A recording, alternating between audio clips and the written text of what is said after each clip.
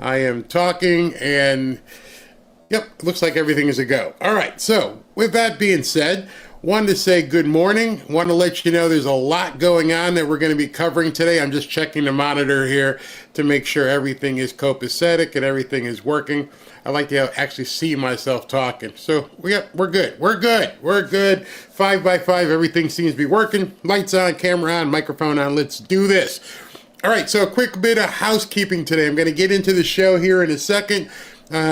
First and foremost, I want to thank all of you who sat through our presentation, I will call it, on Rumble late last night when we were talking about the Jaco Booyens interview, and we talked to John Amanchiku, who had an amazing prayer for everybody who was getting into that. Thank you guys for showing up. Today, all kinds of things happening. We're busting bad guys. Robert F. Kennedy Jr. is making some headway, which is probably going to cause a huge court hearing. And then at 12:30, we're going to jump on with Kyle Sarapin, and obviously you guys remember him, FBI whistleblower. We're going to be talking about all this Crossfire hurricane stuff, Signalgate. What does it actually mean? And does America really care about Signalgate? Is that just a Democrat apparition that they're just trying to create yet another boogeyman about Donald Trump? So just wanted to say that to you first, and then I was looking at Monica. Monica, she posts every morning as well about what's going to be going on with Trump. 11 o'clock, intelligence briefing. Obviously, that's not going to be televised. 2 o'clock, he signs executive orders, more executive orders. And at 8 p.m., he's going to be in a White House dinner with Iftar. I doubt that'll be televised. At 2 o'clock, they haven't been showing the executive orders live. They've been showing them on a tape delay. So if we're still on, of course I will bring them on. And remember, 12:30, we're going to be bringing on Kyle Sarapin. So with that being said, let's get going with the show. In case you guys haven't heard it yet this morning, a huge bust, a huge arrest. People who have been on Pam Bondi and on Kash Patel. This one was big. This one was very big. So let's get into it. First and foremost, this task force was designed in the White House with this team around the table. What do we need to do in order to go after the gangs, the cartels, and, of course, the drugs in a community like Northern Virginia, like Fairfax County, that has seen county leadership not pursue the necessary steps in order to fight this crime? And this task force was architected in a very quick period of time and stood up immediately. And in fact, when Director Patel was confirmed, within a day, he authorized this facility and these capabilities. General Bondi immediately came to lead it, and we found ourselves with truly one-of-a-kind resources going to work. And I just want to emphasize the pace and the focus. And so, no, these were not lists that were available in the previous administration, because they wouldn't do that. And the minute that we had partners that would do this with us, then lists of 500, 600, 700 targets could be put together in collaboration with state police and federal authorities and our Department of Corrections. Critically important, and I cannot emphasize enough the collaboration and support and leadership out of the new administration that is so different than what we saw in at least the previous 3 years of my administration. You know, as I watched that this morning, and I'm sure many of you may have seen it, I don't know if this question popped into your head. We see every person in the media going every chance they get in front of a camera, talking to Caroline Leavitt, screaming about Signalgate and who was in the chat and why did the chat happen and all this stuff. And they're worried about national security. And Governor Glenn Youngkin just said all these MS-13 drug gang members have infiltrated the country for years, and President Biden's administration never did anything. They didn't even share the list with the states. They didn't do anything with the DOJ. Merrick Garland was absent, completely absent. Christopher Wray and the FBI, completely absent. Not a single question from anybody in the media. Why did this happen? What was the incentive? What was the goal of the Biden administration to ignore all of these gang members? We're not even talking about the Venezuelan gangs. This is MS-13, a very organized gang that does so much harm to American people. And you're telling me the Biden administration just simply looked the other way? When Kyle Sarapin comes on, that's one of the questions I've got down from him going, what gives? Why is that not national security? Why was that not a huge uproar that women and children were getting, stuff done to them? And he just looked the other way, and everybody accepted it. Business is normal. Nobody, Caitlin Collins, none of you were questioning why exactly this was happening in America. It's shameful, shameful. Finally, with regards to counties that are demonstrating resistance to cooperate with federal authorities and particularly with ICE. This is what happens when you let good cops be cops. And we're going to continue to let good cops be cops across this country. President Trump gave us the executive decision to go after and safeguard our communities. General Bondi is our warrior of justice leading that charge. I have a question. When's the last time, or if you could tell me, when was any time that you saw Christopher Wray in a field jacket at a press conference, actually out there involved with the men and women of law enforcement taking down bad guys? I saw him in a suit. I saw him hanging out at congressional hearings, lying his ass off. I saw that all the time. When was the last time you saw Christopher Wray or James Comey out in the field making it happen? And as you notice, standing behind him is Pam Bondi.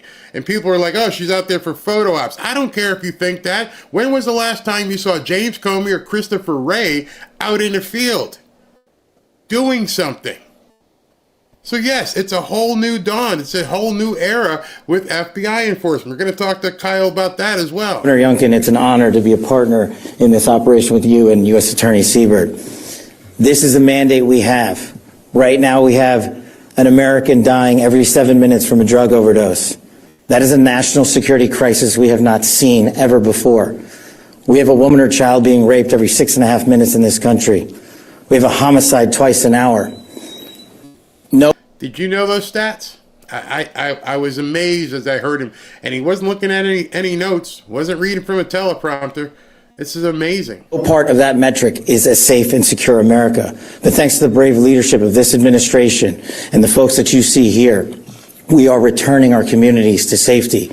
As you heard, we took down this morning a top leader of MS-13. That is not done easily. That is done with brilliant law enforcement. And right here, I'm proud, and I think the governor knows I'm biased, having graduated from the University of Richmond, to have this here in the state of Virginia, here in our Northern Virginia resident agency, with our partnership with our Washington field office and our special agents, our SOS folks, our intel analysts, and our support staff.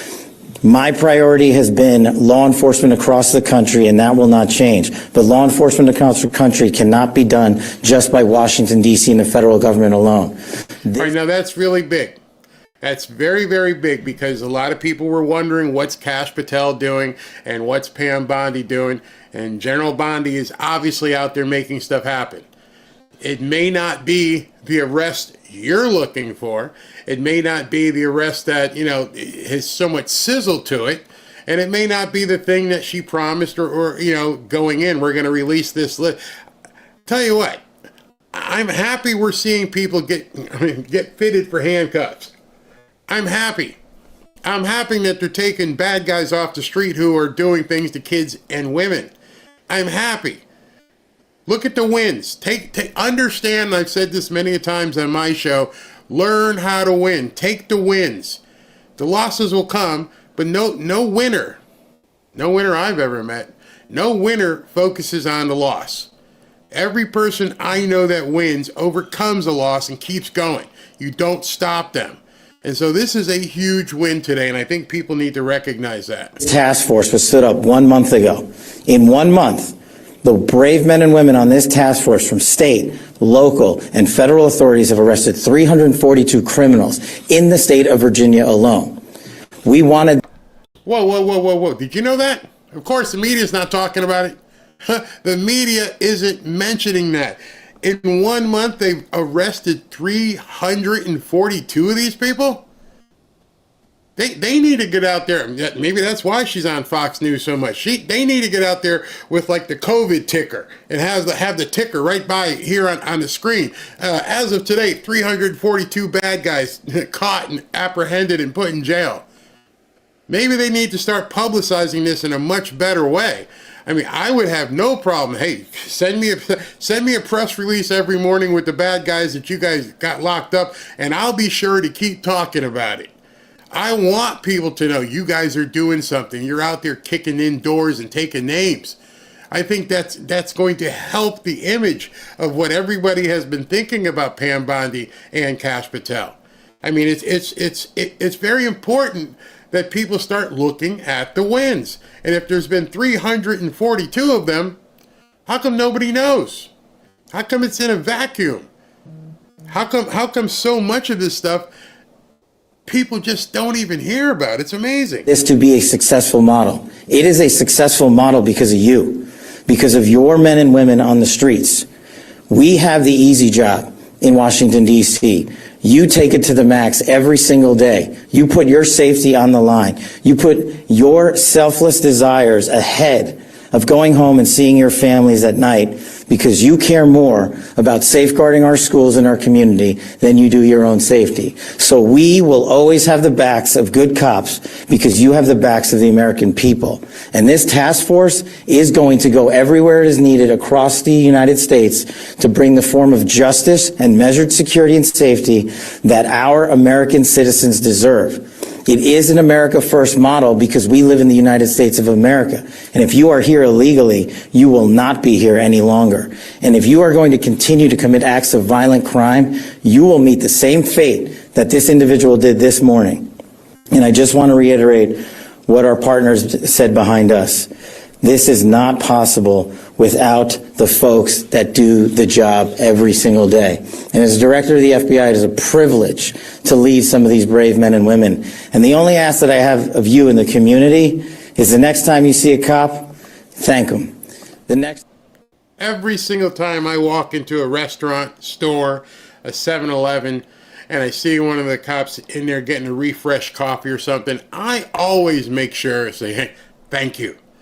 I know I'm happy, I'm calm, I'm comfortable knowing if Robin's out in town shopping here. The police are everywhere. They are not an invisible force. Here where we live in Boca, I mean, you see them at the movie theaters, you see them in the 7-Elevens, you see them at the grocery stores. They have a very strong presence. And I am always one who actually comes out and says, thank you. Because it makes me feel good. So I just want to underscore what Kash Patel just said. We never see FBI agents. See, that's one of the things. We can see a police officer. They're in uniform. They've got their badge on. Oh, that's a cop right there. Or we see a detective, or we see somebody with a canine. Oh, that's a cop. You don't see the FBI. They're pretty much invisible, which they should be for the most part. Until they put on the windbreakers and you know something's really going down, you don't really see who the FBI agents are. So we don't get a chance to thank them. I personally think at this point, every once in a while, somebody should just tweet or post on X, especially after something like this happens today, and just say, yeah, thanks, man. Thanks for taking this bad guy off the street. And I think the entire press conference is online. I didn't want to have you guys to sit through 24 minutes of it. It's a 24-minute press conference, and the different networks took pieces and here and there. But it's really interesting to see how the whole thing took place, what they did, how they did it, and put it all together.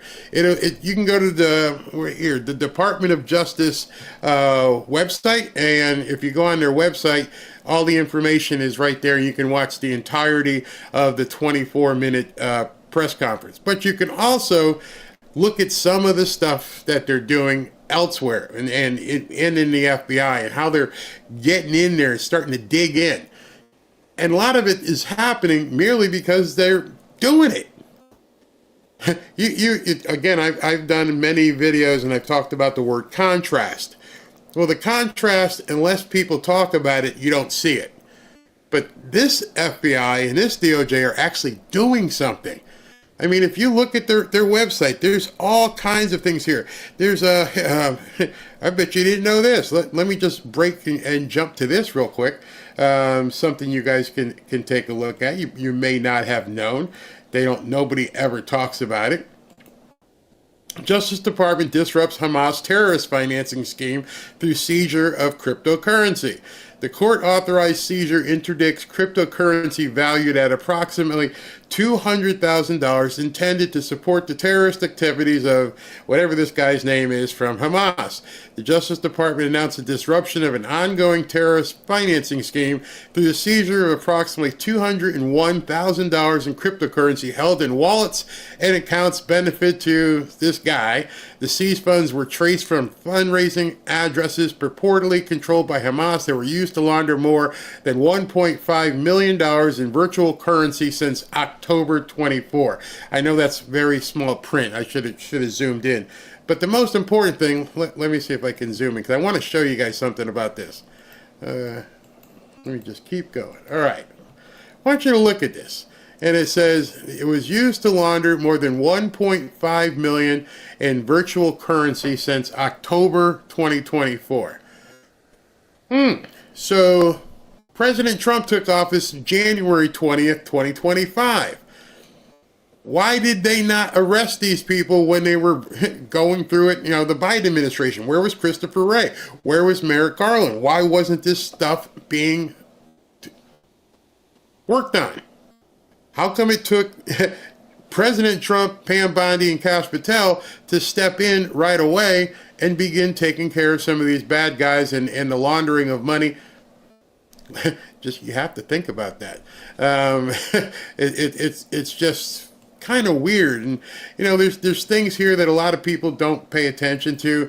Operator of fraudulent investment vehicle sentenced to 15 years in prison for securities fraud and all this kind of stuff.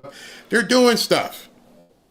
They're out there doing it. They're doing their best. They're trying to get the bad guys, put them away, and nobody here wants to talk about it. None of the media wants to talk about any of this stuff. Time you see someone safeguarding our schools, shake their hand. The next time you see our brave men and women of the FBI and the local and federal state police take down a violent terrorist, maybe give them a hug. Because those guys, those gals are the ones that are going to continue to keep our city safe. And we will not stop until this national security crisis is recognized, brought into check, and eliminated. Thank you. Question. How long was this individual living in the United States illegally and operating as a leader of MS-13? And then two, MS-13 has been a huge problem in Virginia for several years now. How many members of that gang do you believe are currently operating in the state?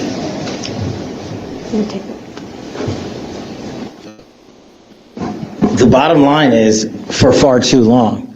And because of operational security, we won't get into too many of the details about this individual. But if you're here for a minute, a day, a month, or a year, you've been here far too long. And General Bondi has made it a priority at this FBI that we manhunt every single person committing an act of violent crime. And it should speak volumes that the leader for the entire East Coast was living right here in Virginia, right among us. Question? Let that sink in. The leader for the entire East Coast for MS-13 was living right outside the Beltway. Christopher Wray didn't have to look too far. Merrick Garland, he was right there in your backyard. You guys just didn't want to know anything about it. How did that happen? How does that happen? How do they not know what's going on in their own backyard? Well, I'm going to ask Kyle that in a second, because you tell me how these people were able to operate.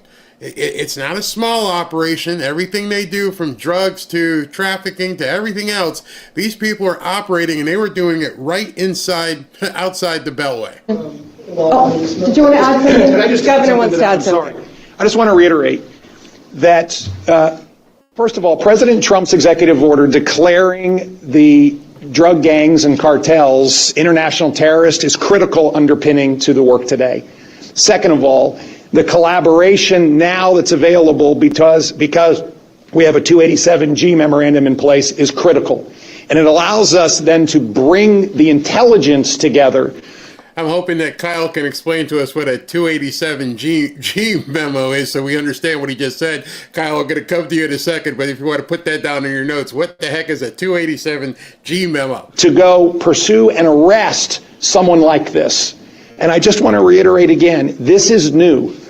And the capabilities that are being displayed right now are capabilities that are now available not just to Virginia, but to the rest of the country because of the administration's forward-leaning vision on how to use state and federal resources in collaboration in a way that has not been done. I have to say, Terry Cole has been leading our efforts in the Commonwealth brilliantly. But until we were able to bring in the federal resources in this way, bringing down somebody like this would not really have been possible. Hey, Kyle, can you hear me? You got your mic on? I do indeed. How you doing, my friend? Good, man. Just a lot of stuff happening today, and I'm like, we need someone who can talk about this craziness that's going on, from this big bust today and whatever a 287G is, and the whole Signalgate stuff and Crossfire hurricane. I'm like, okay, it's out of my expertise. I got to bring somebody in who knows what the hell is going on. So, first and foremost, thanks for coming on, and secondly, how big of a deal is this bust? Is it just something for PR, or is it really a big deal? I think it's probably PR, but okay. At the end of the day, moving the FBI's image towards a criminal investigative organization that's actually going to go after criminals is a big deal, in so much as it shows that they care about that. So, is it a standalone, like we're dismantling MS-13 in the United States? Not really. I don't think it's the case. Look, MS-13 is out there. I used to be on surveillances, watching MS guys all the time. There's scumbags all over the place in D.C. There's a place called Casa de Maryland where they basically run the entire show. It's a apartment complex and kind of a little neighborhood where we used to see counter surveillance set up. And I mean, the worst example of this, Barry, I was sitting in a parking lot. There's a church that's just outside the area. We're sitting there. We've got a source that's about to go in. The source has a wire, what we call a body wire, so recording and so on. And this person was going to go pay what's called a controlled extortion payment. So MS would regularly extort people who are illegals as well, by the way. This is the liberal argument, the leftist argument against illegal immigration, is that you bring in a captive victim population. So you'd get this person who doesn't speak English, who doesn't have access to American law enforcement, who doesn't have legal status in the country, who needs to be deported on, and I think Trump is right on all that. But you bring them in, and then they just become victims of people that look like them, sound like them, but are ruthless criminals. And so we'd be sitting there working with the source, trying to get them ready to go do this extortion payment. And then you just hear this like pop, pop, pop, pop, pop, pop, pop, pop, pop, pop. And you go, oh my God, like the first 2 gunshots, you go, I don't know. The 11th time, all the people that are working with us, local partners and FBI and other federal agencies, you're like, crap, we got to go do something about this. So you jock up, you jump into your car, your body armor's on, you go rolling in hot into this neighborhood. Everybody's looking like nothing happened. Everybody's ignoring it. It's all quiet. And what you realize is somebody's husband or somebody's boyfriend or somebody's son just got shot in a stairwell somewhere, and they go dump the body, and we won't find it for a couple of years. So it's a truly evil group of people doing this stuff. So focusing on that instead of going after, let's say, Catholics in Richmond, Virginia that happen to like the Latin Mass, going after pro-lifers who are praying outside of an abortion clinic. Like, this is a big deal that you're actually going to say, hey, there's criminal aliens. They are gang members. They do really bad things. They extort women. They're involved in trafficking and so on and so forth. They're moving drugs that kill people. Like, let's be serious as a law enforcement agency that goes after murderers and real violent crime in this country. So is this individual, my buddy and I were laughing. He goes, oh, it's all staged. And, yeah, that's part of the deal. It is a PR op. Okay. And they got a 24-year-old guy, and they're like, he's the most senior guy in MS-13. Here's the funny thing. We had guys that we went after that were in their 20s that were MS-13 members, and their nickname was Abuelo. Abuelo. Because by the time you're in your 20s, you're like an old guy at MS-13. A lot of the foot soldiers are in their teens. They're 14, 15, 16 years old. Wow. So by the time you're 10 years older than that, you're the old man on campus. In the same way when I went through Air Force Basic, I'm 27 years old, and they called me grandpa in basic training because half the guys there are 17 or 18, and you got a decade of life on them. That seems like a long time if you're a teenager. So in and of itself, is it an important thing? No, I think the spin and the optics are good. And as far as that 287G program you mentioned, people can Google it, but it's a delineation of authorities that DHS, so Department of Homeland Security, has, and they can actually delineate the ICE authorities to additional federal and state resources so you can get these certain things. Everybody has certain authorities that they get by their federal agency. When you're an FBI agent, you usually work under Title 18 and Title 21. Those are the drug statutes and most of the criminal statutes. A lot of the authorities that exist, as I understand it, for ICE fall under different titles like Title 8. So they have some different immigration type specific authorities, and they can delineate those off to state and locals. It's kind of like deputization, as I understand it, the 287G program. It says that they have a thing called the jail enforcement model. I'm just reading from a little kind of like a piece I have on my screen here. Let me just pull it up so I can kind of just tell you guys. But it makes sense. I mean, you bring people in for the different authorities you have. You cross-deputize folks. They've got a task force model, which means they're going to bring on other federal agencies. Every federal agency has different authorities and abilities to work. Again, drugs, gangs, RICO statutes, people that specialize in white collar and so on. So you can bring in your FBI, you can bring in your DEA, you can bring in your ATF if there's guns involved and that kind of stuff. And then they have warrant service program, which allows them to train people who regularly are, as I understand it, doing administrative warrants for probation violations and so on. So you can go look for the bad guys. And all of that is a bigger, broader program called ERO, which is Enforcement and Removal Operations. Okay. And that's what the Trump administration has basically told us they're going to do. And then you're seeing evidence they're actually doing it. So that's good. We want that. So the follow-up question to that is, why wasn't it being done before? Why did Biden and Christopher Wray kind of look the other way? It seems. It's a question of priorities. It is the executive's discretion to see what it is that they think is important. But when you're not prioritizing things that we would normally think are national security issues, like bringing in illegal aliens that traffic in drugs and guns and people and so on, that seems problematic. So do they have that discretion? They do. We're not arguing against it. It's just when you're being soft on certain targets versus others, I think you're right. I think it's a question of what was the Biden administration's prerogative, what were they not doing, and then what were they doing? Like I said, we know that they were investigating people who were Christians. We know that they were trying to purge the FBI specifically, and I'm an example of that, of folks who were Christian that had pro-life inklings. We saw them going after FACE Act violations. It's actually so one-sided.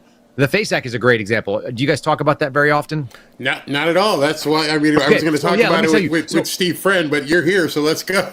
Sure. So the FACE Act is the free access to clinic entrances. It's a statute that basically allows for violent protesters in front of abortion clinics to be arrested. It also has a secondary piece of it that says if you're going to block access to a church, a synagogue, a mosque, a house of worship, they can go after you for that as well. The problem is it's about 98% of the prosecutions have been against Christians who have been protesting peacefully, singing hymns, and maybe they were in the way of a door when they were sitting down on the ground. The thing that we're told that the left can do in front of a Tesla dealership. If you happen to do that in front of an abortion clinic, you might find yourself in federal prison. And there's a great number of examples that happened under Biden's administration, and some of them we highlighted in the movie Police State, which Steve Friend and I were both a part of and worked with Dinesh D'Souza on. So this is the issue. When you start choosing your prosecutions, you start choosing the outcomes as well.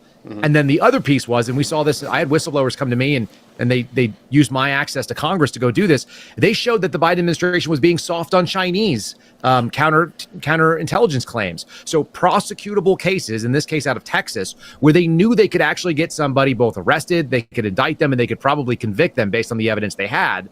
And they said, we'd like to go forward and stop some of this Chinese infiltration of the United States, these people that are stealing technologies, that are stealing intellectual property rights and so on, and they're violating America's sort of sanctity and the safeguarding of our technologies and all of our national defense stuff. And the Biden administration was like, nah, that's not our priority. We're not interested in going after the Chinese. And to be fair, it's very rare that you actually have a prosecutable counterintelligence case. So to skip it is crazy. And that's something that I know happened in the last couple of years. About the last 3 years, that's been an issue as well. So It is a priorities thing. Just we're on a better track, but So this type of guy, like this MS-13 guy and whatever people they get from the Venezuelan gang, one of the things that someone had asked me, why deport them? Because if they get deported, who knows, they may just get back into their cartels and be roaming around again. Is this something we should be basically prosecuting here or sending them to Gitmo, or should we just deport them and hope they won't come back? I think that's a priorities thing as well. The question is what are you going to tie your resources on? If you're going to go through a full prosecution, it's probably a lot easier to revoke. If they're not allowed to be here legally, you've got a much faster path to export them somewhere else, and it gets the problem out. We got a lot of problems in this country. There's a lot of people that are involved in criminal activity. There's a lot of people that are gang members. There's a ton of people that are here illegally to the point where it measures in the millions. So do you want to spend your resources? Do you want to have your federal prosecutors sitting there and going through endless amounts of discovery, and the fact that you're going to have these lawfare groups that are going to tie up the your resources on the DOJ side doing the prosecutions, or do you want to go for the fastest out and get the most wins? I think that's just a priorities discussion that they must have had. They said, hey, let's get as many people out as we can. And the sad thing is this: let's say you do a great prosecution of these people, and it happens. They go to jail. By the way, there's nothing more satisfying than seeing an MS-13 gang member who has threatened people, who has been very physically violent, that pulls out a machete on somebody and has been taking money from little old ladies. And literally, that's the thing they do. And then you see them for the first time in a federal courtroom where the judge is reading in English and Spanish the possibility of life without, any parole in U.S. federal prisons. And the reality of it sinks in like, oh, this is not county. This is not some local cop who's going to be a pushover. This is the federal agencies doing the real thing. That's good. But do you want to spend all that time and energy? Because the minute you knock that guy down, and we saw this every time, there's unlimited numbers of low-level bad guys, unlimited numbers of them. So if you spend all your time and you lock this guy up and he's a 16 or an 18-year-old, muscle for MS-13 or TDA or whatever else, someone's going to fill that spot tomorrow. We'd have extortion cases and they would just swap out the predication, swap out the name, and the exact same operation would resume the minute we swoop somebody up. They would stop for the rest of the day, they'd regroup, and the next day they were doing the same thing again. So if you can get more people out more quickly, if that's the calculus that the Trump administration did, and I imagine they did, they were just like, look, this problem doesn't end until everybody's out. Let's try to bail water out of the boat faster than it could sneak in, kind of thing, and shut down the border and move them out. Great. That seems like a smart move to me. Other than the obvious, which may be the answer, why would these judges, and especially Bo Asberg, be not wanting us to remove these people? Is there any legal basis, do you think? I think it's suicidal empathy. I love that term. I don't know what else to call it. Like, what else do you call it where a thing that is obviously in the worst interest of your own country, it'd be in the worst interest of your own household, it'd be the worst interest of your own family members, but you've taken, in the military we used to say, don't mistake kindness for weakness. The left has really turned kindness into a weakness, and it's a weakness for the whole country, and they make you believe in all of it.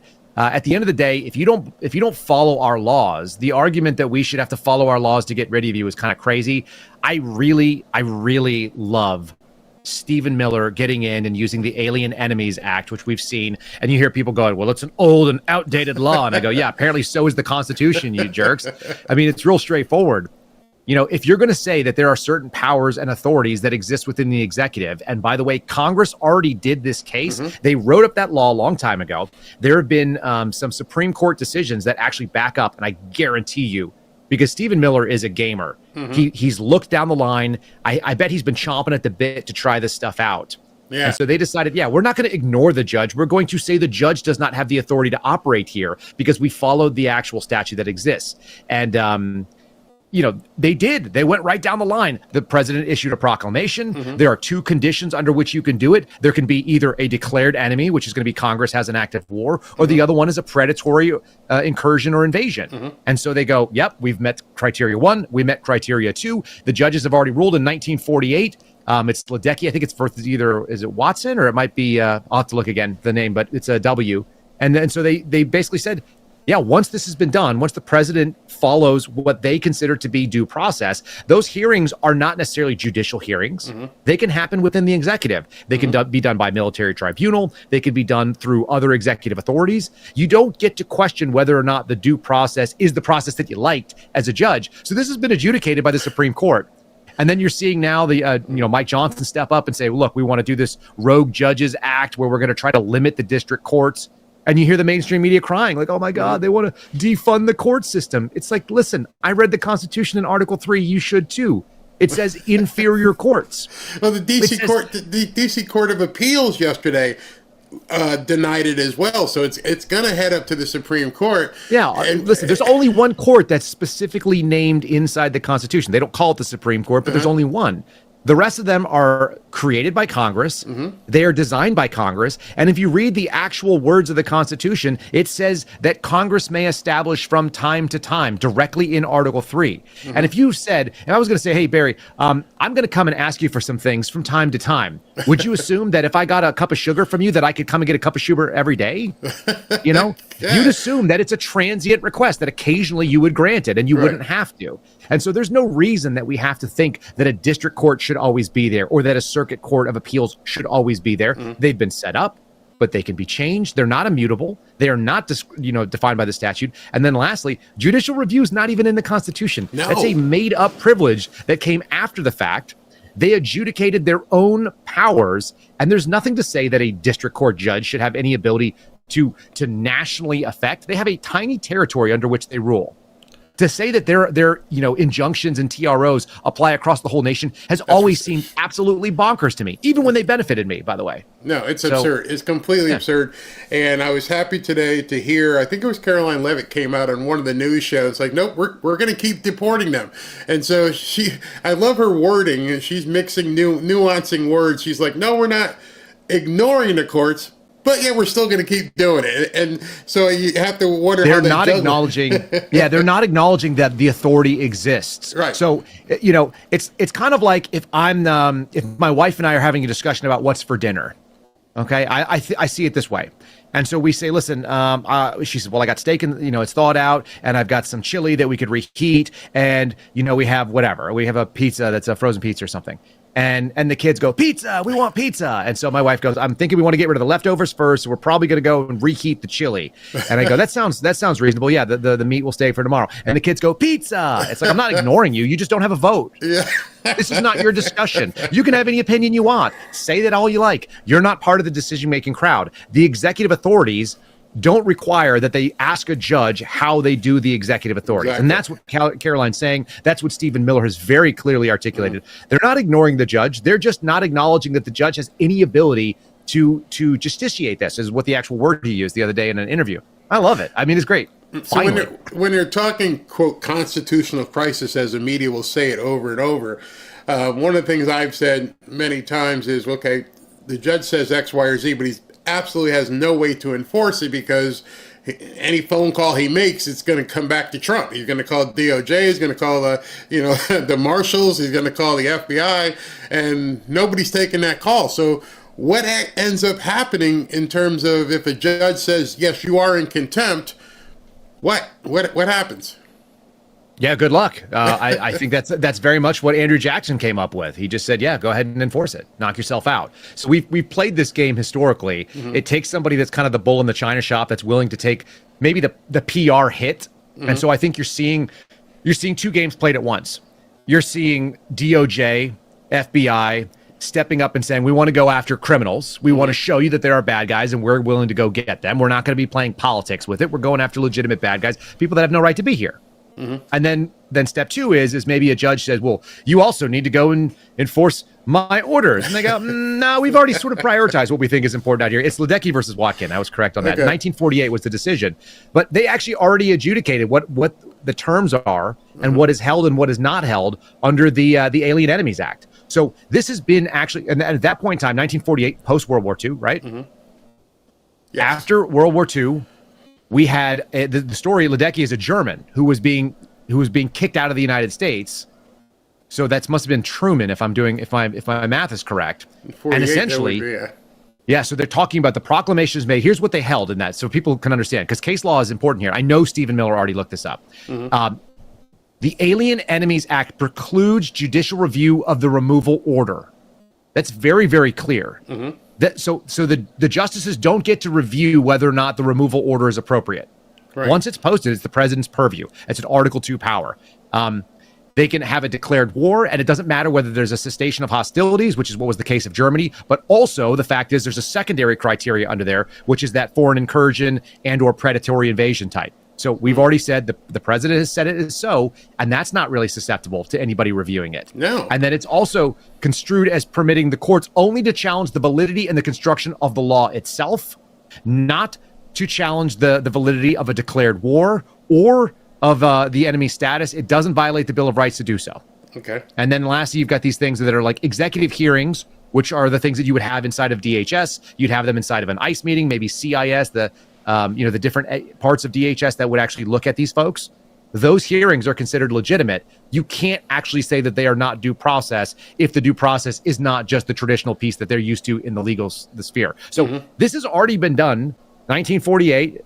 It was, as somebody told me, it was a split decision. It was a 5-4 decision, and it's like, oh, well, does it hold any less weight of law? There's a lot of split decisions that were really bad, and yet we still hold them as force of law in this country because that's our system. So you got smart people that for once, I was never a Trump is a 4D chess guy. I've never believed it. That's not what my experience was watching.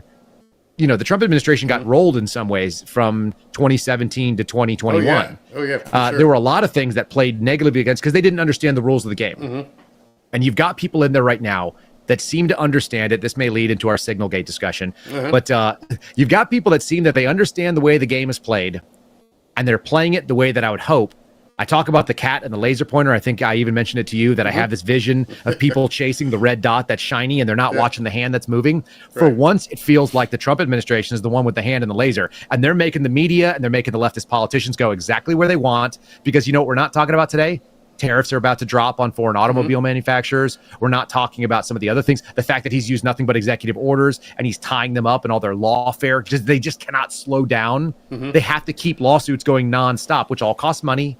And it keeps all these idiots busy while they're getting their stuff done. They're making the arrests. They're deporting the people. We're on pace to lose 1 million people in the next 4 years if they do it. And hopefully they continue to ratchet that up so we get more.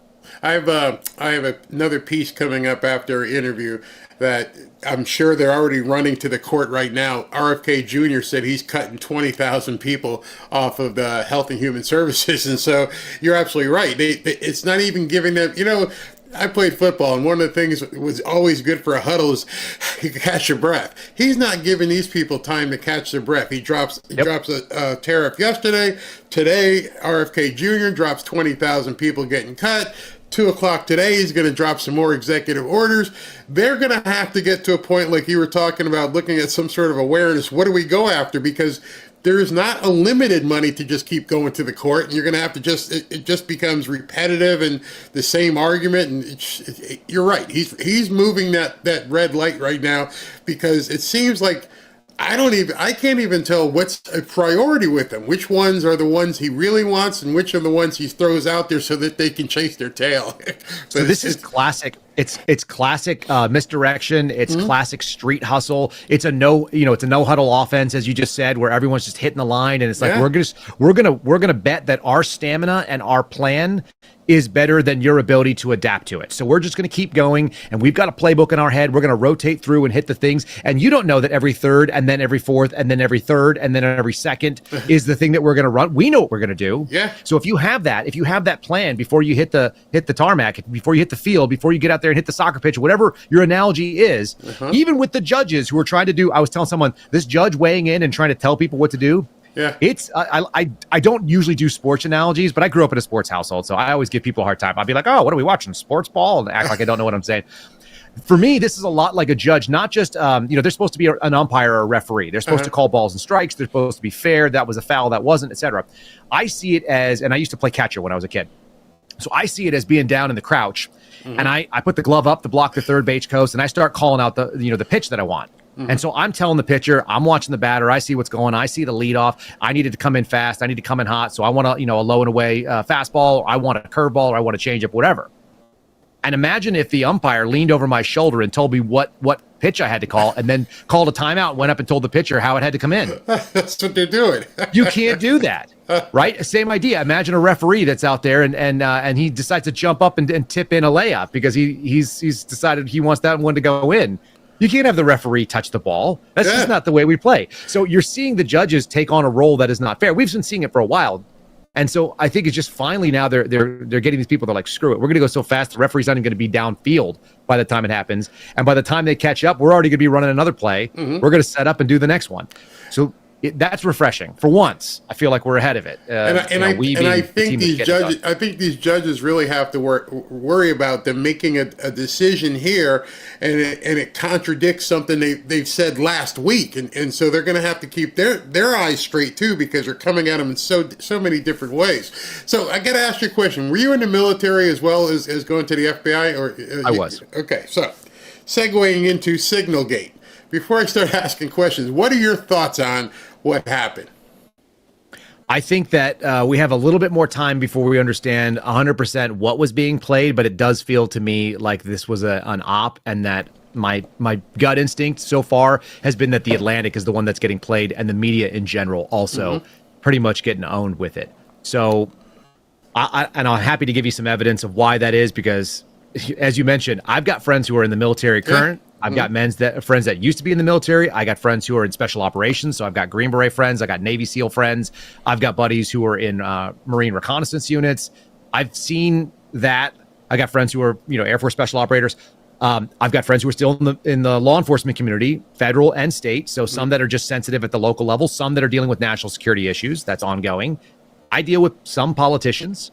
Interestingly enough, I deal with some journalists on a pretty regular basis. So all the types of people that you've seen in this space, I've had open communications with folks that are at least, if not cabinet level, they're sub-cabinet level, in the last couple of years. So I have experience with the types of people that are in those signal groups, and it doesn't look anything like any group chat that I have had. Not one. And there's three major pieces of evidence. Number one, I have never seen a group where people send out a message and don't have a follow-on message afterwards, where all of their thoughts were encapsulated perfectly in the post, and that was it. I've never seen that. It's almost always like blah, blah, blah, blah, blah, blah, blah, and then also this thing because I thought of this. At least one person would do that. They didn't perfectly conceive their thoughts all in one and not hit enter. So that's the thing. I've never seen that. I've never seen a group of guys get together where people are not liking or giving the 100 emoji, or giving the laugh, or the fire, or the something. There are no reaction emojis at all, and Signal is very easy to use those, and I use them all the time, and I've seen it. It's ubiquitous. So I've never seen that. And then lastly, I've never seen anybody do all of their posts when you got, let's say, 8 or 9 or 10 people together who have done all their posts and not a single typo, not a single misspelling, and somebody's using semicolons. Get out of here with that. That's nonsense. That was the one I picked up on. We're setting you up. You got people who just that doesn't mean they're not smart, but just in the fact of using your fingers and clicking something, you may click an 8 instead of the E or something, and everything was perfect. Semantics were perfect. The period was in the right place, exclamation. I mean, everything was just like my English teacher wrote it. And I'm like, that doesn't happen. When you're texting anybody, you're not talking like that. And there's no, it's almost like you had a couple of people, like maybe 3 staffers or aides sitting at a table with a couple of laptops, and they logged in and said, okay, now you go. Okay, now send this thing 11 minutes later. Okay, stopwatch, 60 seconds. Okay, you're up next. You respond to it. That's what it looked like to me. It looks scripted. It looks performative, theatrical. I don't hate that they were doing that. And then here's the last piece of it, because the claim is, this is the laser, this is the red shiny dot. Everybody's screaming about classified war plans right now. The classified parts of these types of things, which were brought up actually pretty well in the hearing when they were asking Tulsi Gabbard. There's no names of the units. There's no call signs of the aircraft that are involved. There's no names of the carrier battle groups they're originating from. There's no route of ingress or egress. There's no evacuation or emergency evasion plans that are listed. There's no frequencies for contacts. There's usually an entire acronym that has to do with how you would be able to do comms with these people. So they do an acronym generally called PACE. Both military and law enforcement, primary, alternate, contingency, and emergency plans for comms. That's not listed in there. They would have frequencies for CSAR, which is your combat search and rescue, should something go wrong. You'd have who your QRF is and how they would react. This is what a plan looks like when you talk about military operations. It's the same thing for law enforcement, ops orders. When you have an op order, this is a fragment of, it's a timeline discussion. It's the same kind of thing as me saying, hey, okay, Barry, today is Thursday, and on Thursdays, we're going to be baking cookies. We're going to start them at 12:01. We're going to have the oven at 360 degrees, and we are going to cook them. We're going to have 11 cookies on each sheet. and you go, okay, cool. You know what we didn't include? Whose oven? What's the brand of the oven? Whose house is this oven at, right? Who's doing what? Who's putting what in? So there's a lot of things that are necessary to be able to coordinate the rest of this stuff. And so, yeah, a bunch of vague things. What were the targets that were being identified? Imagine you're the Houthis and you got access to this signal group, which you couldn't confirm was real because it was coming from a guy at the Atlantic who had no business being in the chat in the first place. How'd that happen? So, yeah, exactly. And he was the last guy added. Yeah. I'm sure that wasn't on that. Now, devil's advocate. If we see Mike Waltz fired pretty soon, it means one of two things. Either Mike Waltz was set up by somebody to make him look bad and they wanted to get rid of him, or he actually blew it. And so they were like, he's a liability. Those are some possibilities as well. So I'll always hedge the possibility. But my 75% instinct right now is that they set up this guy to go out and talk about war plans and Signalgate and classified apps and Hillary Clinton gets to come back up again and all this other nonsense. We can have all these discussions about what it is and what is the nature of classification. All of this, your audience should also know, there was an executive order that was in 2009 under Barack Obama. It was 15.526. Are you familiar with that one? No, but I think I know where you're going with it. It's the delineation of who has the ability to classify and declassify information at will. That's president. And what it says, as president, the vice president has the exact same authorities as the president, according to that executive order, as far as I read it. And then additionally, each individual agency can be the originator of classified material. And the person that has sole discretion, in addition to the president and the vice president, the person that is determined by the president to have that executive function handed down to them, it's called, what is it called? It starts with a D. Now, I'll come back to me in a second. They're able to hand that off, and that is going to be the agency head. So you had cabinet level and agency head level people in this chat. Those are the actual people who get to carte blanche, writ large, decide what is and what is not classified, who is and who is not read in on it, who can and cannot share it. And they can do it theoretically instantaneously because although there is policy that sets up how you would do it, that's policy that's changed by who? The head of the agency, the president is the one who says it. And you got the number 2 sitting in that chat as well. So if they decided they wanted to run an op, all right, last piece of evidence. You ready? In counterintelligence operations, one of the ways that people have heard the term double agent, right? What's a double agent? If somebody was going to run a double agent operation, what does that look like? You know? Go ahead. What'd you say? I'm sorry. I had to sneeze. I said double. No worries. A double agent operation. You've heard the term. Do you know what it means, though? How would you describe that? I would describe it as somebody who's working both sides of the table. Somebody who's if I'm in Russia and I'm working for Ukraine and vice versa, I'm working for both sides. Okay, but the key is that one side is going to be the operated that's going to actually be running the op, and the other side is getting played. They believe that they're getting run. Right. Okay, so for example, I am a former U.S. government worker, and I have, let's say, the government of Russia that wants to pay me to tell them information. Now, the minute they reach out to me, I reach back out to a friend at the FBI and I go, look, the Russians are looking to pay me, $50,000 to come and travel to them and bring information and disclose some stuff. What do you think? And so my friends at the FBI or maybe somebody at the CIA goes, okay, great. Look, we're going to run them. Do you want to run as a double? And the answer is yes. So I am now working on behalf of the United States government, but I'm pretending to help the Russians in this way. So this is your double agent affirmation. Right, okay. So how do I establish my bona fides? How do I establish that I'm legit and the things that I know are worth $50,000 so I can now report on it? Because the information that is valuable to the U.S. government is what does the Russian government want from me? It tells me what they're trying to collect on. That's what a double agent operation does. So they're going to have to give up some information to the Russians to make me look good so that I can weasel my way in and be asked to get more information. And then they find out what the Russians want. So that information that gets passed from me with the authorization of the U.S. government, which looks illicit, is called passage material or PAM. Wow. It's usually called either privileged access material or passage material. And so they'll give me something that's classified legitimately and old and not interesting or not useful or can't really do anything with it.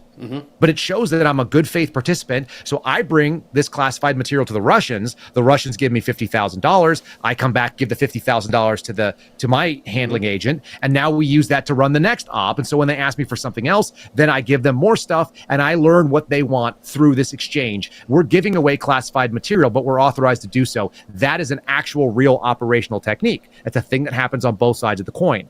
So could you be giving things that are either classified or classified adjacent to try to sniff out or to run an op on a journalist? Absolutely. You 100% could. You think it was that guy, Alex Wong? I mean, who do you think it was? I think it doesn't matter yet because we'll find out.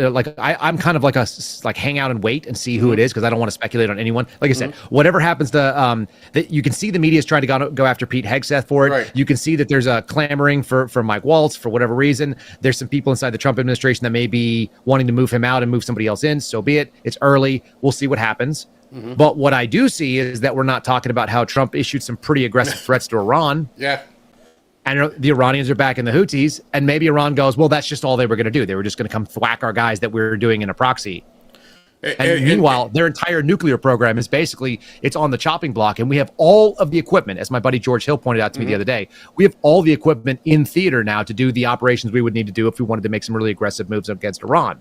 So let's keep people moving. There was a post, I think it was by Ari Fleischer yesterday, and he dug down into that thread, and there was something interesting. It said that it basically disclosed that the Europeans can't stop the Houthis in terms of the different things that they're doing over there. So I found that was pretty interesting. But yeah, we goaded the NATO partners to tell them that you need to step up your game in some things. They've also they've gone through and reiterated Trump's stance. Now it's like theoretically from a private leak, but they've reiterated that the Trump administration doesn't have a ton of faith in what the Europeans have been doing. He's seeing them being soft. He's seeing them, sort of being partisan when it comes. That also gives us some ground with Russia. It sounds like it was kind of a little hat tip to Russia and China. So there's a lot of stuff in these little disclosures that if you were setting this thing up and scripting a conversation and knew that it was going to get leaked out to the public, in theoretically, now you have an inside look into how the administration works. It's a pretty thoughtful discussion. There's a little bit of disagreement. The guys are hashing out the details of stuff. And then what did you give up for it? Nothing, except the credibility of Jeffrey Goldberg, who looks ridiculous to me. We'll see. I could be wrong. I've been wrong before. Two clips I want to play for you. Take a look at this and tell me what you think. I'm looking forward to a prompt investigation, but an IG investigation is far from enough. There was a time here, and likely it's just an intentional crime. There should be accountability. This should be a criminal investigation by the FBI. It's national security, and it should be done as quickly as possible. Another day has. I saw that, and I'm thinking to myself, does this guy not know what he's talking about? He wants the FBI to investigate something that, well, let me back up. Is this something that the FBI would be investigating? Probably not. I mean, they could, but the parameters of it are going to be under what? The Espionage Act that's what we heard. Yeah. It's going to be 18 USC, like Section 37, I think, or what is it?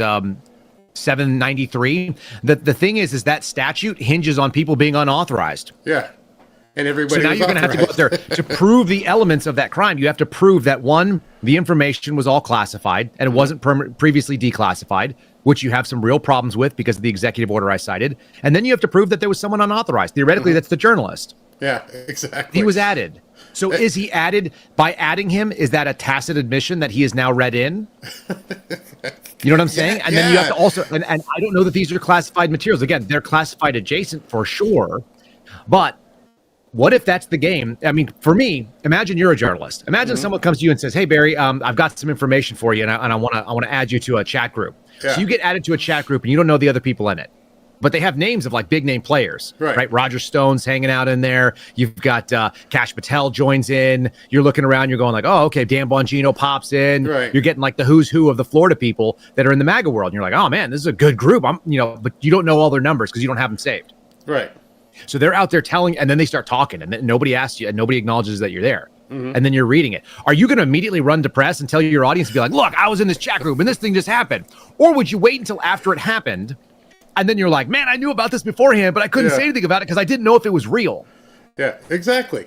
So your journalist from The Atlantic cannot report on this until he knows that it's real, and he doesn't know it's real until after it no longer matters. Yeah, exactly. So that's the thing that I think For me, again, all of these things are a good setup, and I'm not a 4D chess kind of guy. I don't believe that Trump is a time-traveling, future thinker. But I do think that the way this administration has been working in the second version versus the first version has been far more aggressive, proactive, and they are certainly understanding the game that Washington plays. So it looks like they are now keeping people on their back feet versus them constantly being a reactive group. They are now the proactive group, and this would fall in line with that. Again, I'm happy to be wrong. I'll eat my words on it and say, yep, whatever. Maybe I read too much into it. I hope it's not wishful thinking, because it doesn't actually seem like wishful thinking to me. It seems like the most logical piece based on the fact that it looks nothing like a Signal chat I've ever had. And I've been having them for years. So. And these guys seem to be running around not knowing. I mean, for Richard Blumenthal to be the one to say that, God, it takes a lot of chutzpah. But what you just said about the FBI that's being run by Kash Patel, who they hate, right? We need Kash Patel to go save us. It's like, guys, you guys are in deep trouble right now. That's the thing that you think is going on, right? Speaking of which, listen to this clip. Passed. Actually, it was the night before the hearing. Now that another day has passed, do you believe that it's now time potentially for the FBI to open an investigation into this? I'm not going to comment on that. Because you're the director of the FBI, you don't believe it's appropriate to comment on that? Because there's a process in place, there's an ongoing litigation, and the National Security Council is reviewing this matter. And I'm not going to discuss any open or closed investigation. That ongoing investigation, literally, the lawsuit happened today or yesterday afternoon, and the idea that you don't have an opinion on this at this point is frustrating to me. No, it's not. I'm not going to prejudge any matters, and the men and women of the FBI will call the balls and strike. Reclaiming my time, not sir. you. Sir, Mr. Chairman, I'd like to have... Gentleman's recognized. You have 4 seconds remaining. No, I have more than that. 2 seconds Mr. remaining. Patel would not add... Gentleman's time has expired. Mr. First, we have... Yeah, you have 4 seconds. Okay, you just used 2 of them. Okay, you're done. Get out of here. And I just love that he looked at her and took no shit and said, I call balls and strikes, okay? That's too bad. But here's the thing. It's the same thing that Chris Wray said, and you never heard any Democrats object to that. He came in and said, I'm not going to comment on an ongoing investigation. I'm not going to comment on whether or not an investigation exists. That's not what we do. We don't confirm or deny that thing. That is the right answer in theory. If you abuse it, like, you don't get to play that game. Yeah. But the fact that she let her time run out while she's arguing with the referee, that was also just, that's the funny part for me, is that she's over here telling him how much time she has when it's gone. It's like, yeah. No, we just watched all the sand fall out of the hourglass, honey. It's empty. Turn it over and hand it to the next guy. Be gone. Yes. Get out of here.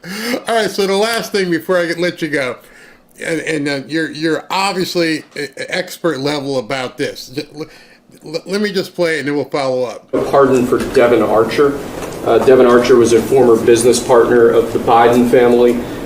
He's was prosecuted relating to a fraud investigation, but notably the tone and tenor of that prosecution changed dramatically after he began to cooperate with congressional investigators and serve as a witness against Hunter Biden and the Biden family. We believe that was an injustice, and therefore we're asking you to pardon him. And many people have asked me to do this. I think he was treated very unfairly. And I looked at the records, studied the records, and he was a victim of a crime, as far as I'm concerned. So we're going to undo that.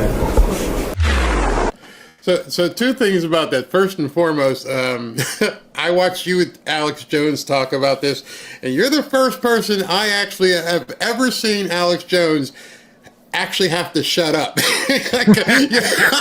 Usually he controls his conversations, and he's very verbose. He's very animated. And he started asking you some questions, and he basically had to sit back because, like, okay, Kyle's got this.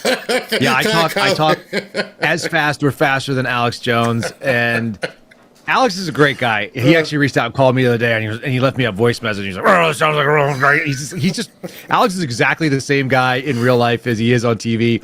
He blows in like a whirlwind. When I first got there, he comes, "Oh, thanks so much for doing here. It's so good to talk to you." Like, I look like, "God bless you, brother." And he like goes and sits down. I walk back, and 5 minutes before I got on scene, he's like, "I've seen him taking a bite out of a baby. Like they're eating a baby." And you're going like, "What in the hell am I about to go sit down with?" And then I go sit down next to him, and he's like, he hits the pause button, and they're running the in roll. He goes, "Do you mind if I have a cigarette? I shouldn't be smoking. My wife."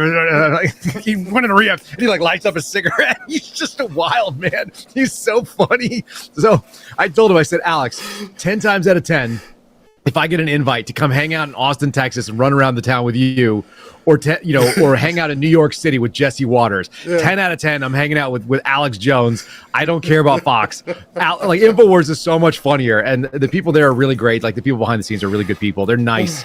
Savannah Hernandez is kind of a personal friend. Owen has become kind of a friend as well. There's just good people. Jason, came up and gave me a hug when he saw me. So neat people. But yeah, Alex is hilarious. And he was like, Devon Archer. He's like sitting here. And I go, it's Devon. And he's like, oh, you're talking over the clip. But yeah, no, it's Devon. You're right. It's Devon. It's so funny. Everybody wants to call him a whistleblower. So, Devon Archer, Tony Bobulinski, the Hunter Biden, all these guys are kind of shady dudes. Actually, Tony Bobulinski, I don't know if Steve will ever tell you about it, but Steve's friend has a strange story about Bobulinski, and it's not mine to tell. So I'll just, if you ever want to ask him, see if he wants to tell you.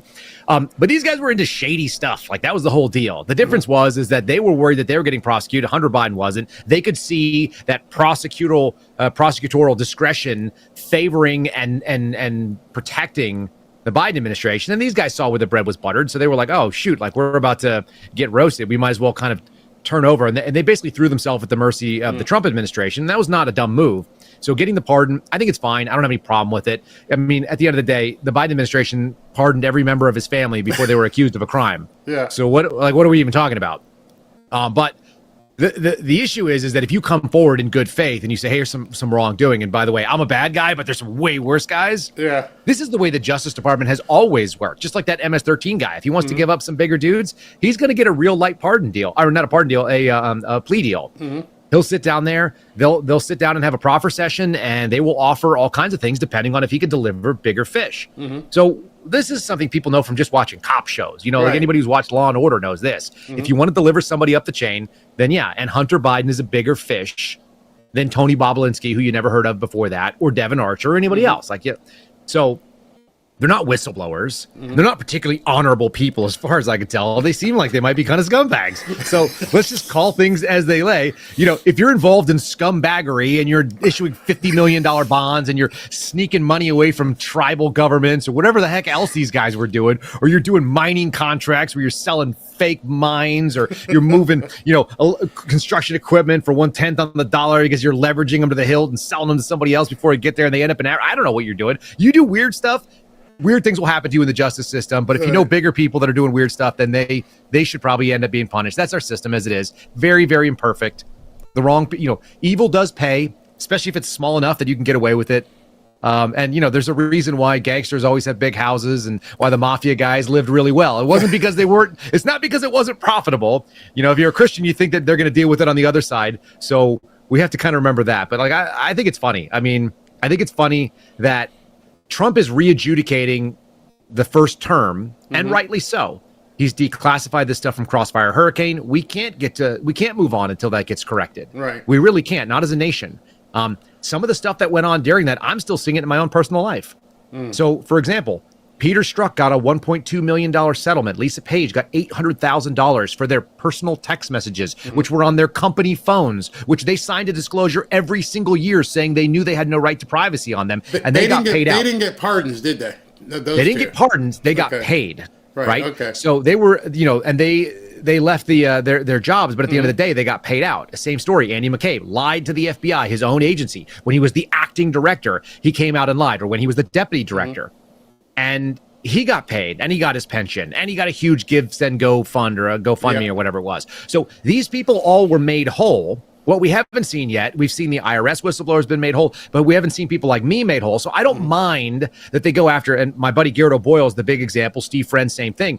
These guys should have at least their jobs back and a choice. They should have back pay and so on. They should get damages and settlements because we're going out and solving problems for criminals, and that's good. We should do that. We should correct all the wrongs, and I don't care what order it happens in, as long as everybody gets made whole at the end. And seeing the focus on the Crossfire Hurricane and seeing that he's going back and talking about Ashley Babbitt now again.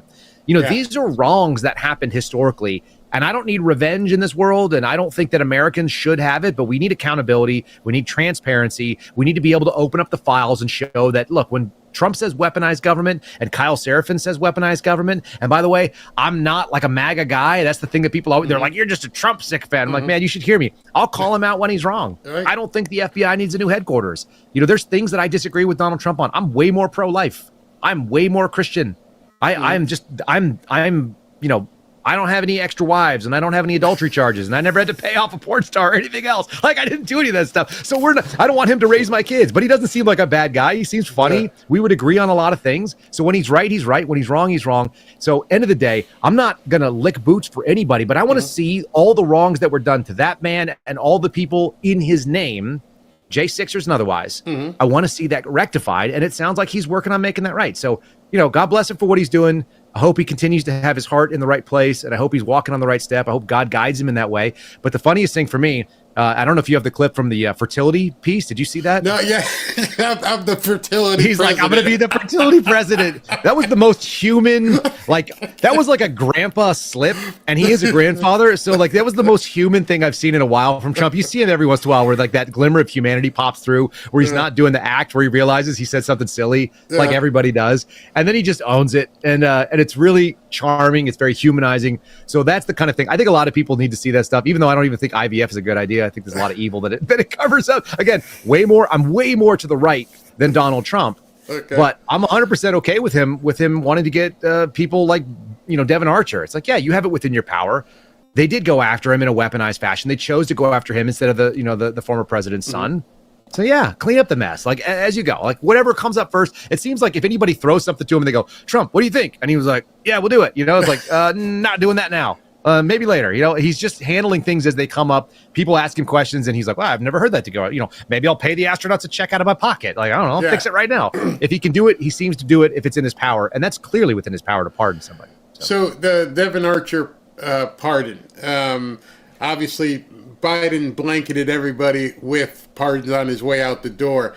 Do you think that they're going to try and penetrate those pardons so that he can use Devon Archer to go after Hunter? Where do you think what's the benefit of, is he just being a good guy by pardoning Devon Archer, or is there a breadcrumb, something he's building to? It could go either way. There's a couple things you can do with the pardon. Number one, you've already seen him kind of attack the auto pen. You've seen Donald Trump say publicly, both on True Social, and I think he said it, in speeches, that we're seeing a Biden administration that did stuff out the door where Joe Biden didn't even know what was going on. And I think we all have that instinct from watching him. Some people at 80 are really with it, and some people at 80 are really out of it. And we watched a guy who was out of it in charge for a while, allegedly. So. Yeah. The auto pen attack does seem like that could indicate that they might want to go after it. But the other fun thing is if somebody's pardoned and they no longer have criminal liability, they no longer have a Fifth Amendment right to be able to keep their mouth shut and avoid self-incrimination. So now you can hit them with contempt charges. You can hit them with perjury charges if they say something that's false. Because they're already pardoned for it. So they don't have any other liabilities or hide. So you could use those in a weaponized fashion. I've heard both those theories used. Well, I'm kind of a wait and see on this one. Either way would be fine. I think Americans do want to see some people go to jail. Yeah. They want to see some bad guys, certainly the high level folks. Does Hunter Biden have to go to jail, though, for you to feel good about life? Because at the end of the day, no, I feel like his life is miserable. I saw that video of him on TikTok or whatever it was the other day where he's looking around, his Secret Service details gone. He's all by himself for the first time in a decade and a half. And, that guy's life is his own prison. His bad decisions are his own prison. And, I don't wish ill on him, even though he's probably done some evil stuff. He seems like he's a victim of circumstance and his own bad decisions. He's living in kind of his own personal hell. So I don't need to see him go to jail. And I don't even know that I need to see Joe Biden go to jail or anything else, because the guy's old and his life he's going to deal with it soon enough. He's going to meet his maker and have to answer for what he has and hasn't done. I just see they've got options, and I don't hate having options. And I don't think personally that, and as much as I despise what Joe Biden did with the country and even with Hunter Biden, like you said, his lifestyle, the Secret Service may have been as much as babysitting as they were protecting. So don't even know there. But Joe Biden picking up guns out of dumpsters and stuff. Yeah, making sure he wouldn't have bags of coke around and stuff. It's just crazy. But I don't know, maybe I'm an idealist because I just have regard for the presidential office, and this guy's not going to suit us at all. The people who were the Susan Rices of the world and the people around their orbit that were doing the really bad stuff, because this guy, I don't think he could dress himself in the morning. It's those people around him that I'd like to see, and he didn't protect them. That's what's really interesting. He protected his family who stole money, and he protected certain people, but not the people in that orbit. They're still free game. So maybe Devon Archer has some information on that. Kyle, oh, wait a minute. Ashley, one last question. She just texted me. Sure. I've got a video later from Chris Murphy, and I've said, the military is the way. People have said that for years. One, how would martial law, if we ever got to that, could we get to that? I guess that'd be the first question. And how would that affect the everyday person? Martial law. Yeah, I guess the parameters. Not a full martial law in terms of making people shelter in place, but being able to break up these things in government and do the things he wants to do. I don't think personally we'd ever see martial law where, National Guard rolling up and down the street. But would there be some sort of implementation where he feels he's been boxed in so much that, I just got to do what I got to do and I got to get rid of these judges? Whoa. It's nuclear. So if we did that, we're that's the end of this country. Yeah. At least in its current iteration. Whatever comes next would look like, that's a Rubicon cross that you cannot undo. That's Julius Caesar taking his armies into Rome. The true crossing of the Rubicon reference. So you will immediately leave the Republic and we'll move into the Empire stage, or we'll move into whatever the next iteration is. But that's when the Senate gets disbanded. That's when representative, the Republic no longer exists. So I don't know that we're getting there. I don't know that that's an option. I definitely don't think anybody should be rooting for that. That's a terrible choice. But could it happen? In theory, I would say that COVID gave us the biggest look into this. Yes. And what we learned is that there's a lot of people that are willing to follow orders, even ones that are wrong. Right. So my insight, maybe 10 years ago, I would say there's no way that the people that I served with would ever just follow orders or just do what they're told. There's plenty of people that will do that to keep their job. In fact, I have an interview coming up on Sunday that I sat down with a guy who was kind of a victim of the DOD purge. And both as a civilian and as a guardsman. And he said, yep, I was shocked. He called it a pandemic of cowardice. I think that's a brilliant term. We have seen a pandemic of cowardice in this country. A lot of people did the gut check and found out there wasn't a lot there when they reached down to reach between their legs and girt their loins. There wasn't much loin to girt. So that's scary. And so I guess that's the broader thing that I've learned, that many people will do the wrong thing because it's easy. Right. Versus the right thing, knowing how difficult their life is about to get. But I don't think we're anywhere near that. I don't think that is a choice anybody should be rooting for, expecting, or seeing come down the pipe. And, you can, we'll say the word ignore because we're not in the administration. We don't have to be accountable for that word. They are ignoring. You can define terms under Article 2 and say that the executive is the thing. I think what's crazy for the left right now is that they're realizing that they are dealing with the executive that they created. They created this with Barack Obama. They created this with the Joe Biden administration that said, we're just going to get stuff done. We're going to basically do what we want because we have the power. Dan Bongino was famous for saying that all the time. It's never about, whatever they say it is. It's always about power. And so Trump is wielding the power that was created in the same way that Mitch McConnell said, fine, you want to get rid of the filibuster? Yeah, you're about to deal with that problem. Yeah. We are now going to start putting judges in aggressively, and you're going to see the root of it. And so there are times that Democrats reap what they sow. That is the nature of the American system. Okay. Whatever government you want to create, whatever loopholes you want to exploit, you should plan on that being exploited on you within the next political turn or two.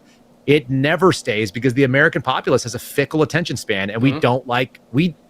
We like fairness. We want to see fair. That's why people who didn't even like Donald Trump in the first time around, that didn't like him when Biden was there, looked around and went, you know what? You raided his wife's panty drawer. You can't do that. This guy can't be all that bad. You can't come after him with everything you have at the state and the federal and the local level. You can't come after him in civil and criminal and think that we don't see that you're playing a game right here.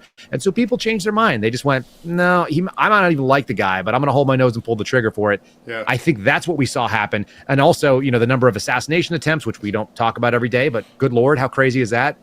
And those are the only ones we know of. We don't even know what other kind of crazy stuff. Yeah. No, exactly true. All of that is to say, I think the American people are seeing fair turnabout. That's what it used to be called. It's when you created something, you thought you were going to be on top forever. Nobody is on top forever. You can go back and look at who's been in charge and where.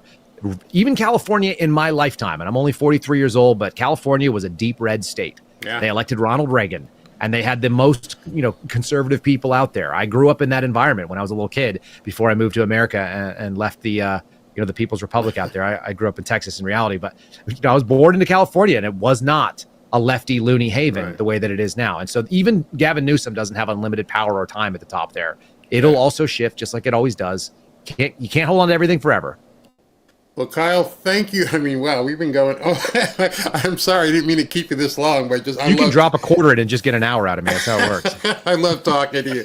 Again, everybody, if you want to reach Kyle Sarapin, you got his Twitter X profile right there. You got an interview. Tell me, what do you have coming up? You said you had an interview you're going to have on your show. Yeah, so we do commentary every day. I do that in the mornings. I don't think we're even the same. We start at 9:30, so I do that every day on Rumble, and I do that on YouTube and so on. But I've got interviews that I do on Sundays, and there's something that I like doing to switch up the pace. I talked to a guy named Cameron Smith. He is a former Chief Warrant Officer 3 in the U.S. Army. He's the son of a Marine, and he created a card game, which is not going to necessarily be for guys like me, and probably not even necessarily for your audience, but they are a hilarious gift. They are kind of like Magic the Gathering cards, which I've seen cursorily. They're like Pokemon cards, which I don't know anything about that, but that's what he told me, so I believe him. And it's really, really good artwork. And it's political commentary, satire. The entire time I was talking to him, I had tears coming to my eyes because he's really funny. And it's like Representative Omar, and the card is called Brotherly Love. You know, it's got Alex Jones, and it says he says, I don't know about you, but I'm a little bit retarded, and that's the skill. And so Alex Jones is a hero character. And so they have all these people from pop culture and from they've got Eye Patch McCain, who looks suspiciously like a certain congressman from Texas. And so you have all these characters that play out in the sort of drama of it. And so it's kind of like a card game played at a table, and Cards Against Humanity, kind of a drinking game kind of thing. It's a way to talk politics with sarcasm and humor and have a good time with it without getting too serious, with people on the left or the right. And you can sit down and play this game out. And then it's the story of the guy who came up with it, which came from COVID tyranny and losing jobs and a lot of hardship. And so we sat down and had this conversation. He's brilliant. He's great. I talked to Alex Jones. I sent him the card with his face on it. And Alex was like, oh, yeah, that sounds really good. I'll get him on my show real soon. Now, what time Sunday are you broadcasting that? Yeah, they jump out at on 1 o'clock Eastern time on Sundays, and then you can find them on all the places we're at. Again, like it goes out on X, it goes out on Rumble, it goes out on YouTube, and then I put it out on Spotify right away as well. So if people want to download it on Spotify, that's the easy way to take it with you. This was about 2 hours. I usually do like 2-3 hours. I just sit down and let people tell me their story, and we just laugh. Well, Kyle, thank you very much. Love to have you. Obviously, I watch your stuff as well. And like I said, that Alex Jones thing was I was in tears laughing so much just watching him be quiet as you talked. Somebody sent me a text right afterwards, and they're like, man, he kept you on for 2 hours. He never does that. And I went, well, I'm not like everybody else. I'm a little different animal. Alex didn't know what to do, so it was good. All right, Kyle, thank you very, very much for your time today. Awesome. Yeah, it's my pleasure. Have a great weekend. Thanks, Barry. Okay. Everybody, if you want to check out Kyle, you saw his X profile. He's also on Rumble. He's got a great show. Obviously, very, very well informed, understands all the auspices of what we've been talking about in terms of military and FBI and law enforcement. Please do check him out. And if you get a chance, Google, or rather ask Grok to find the interview with Kyle and Alex Jones. I think you'll love it. All right, I'll be right back.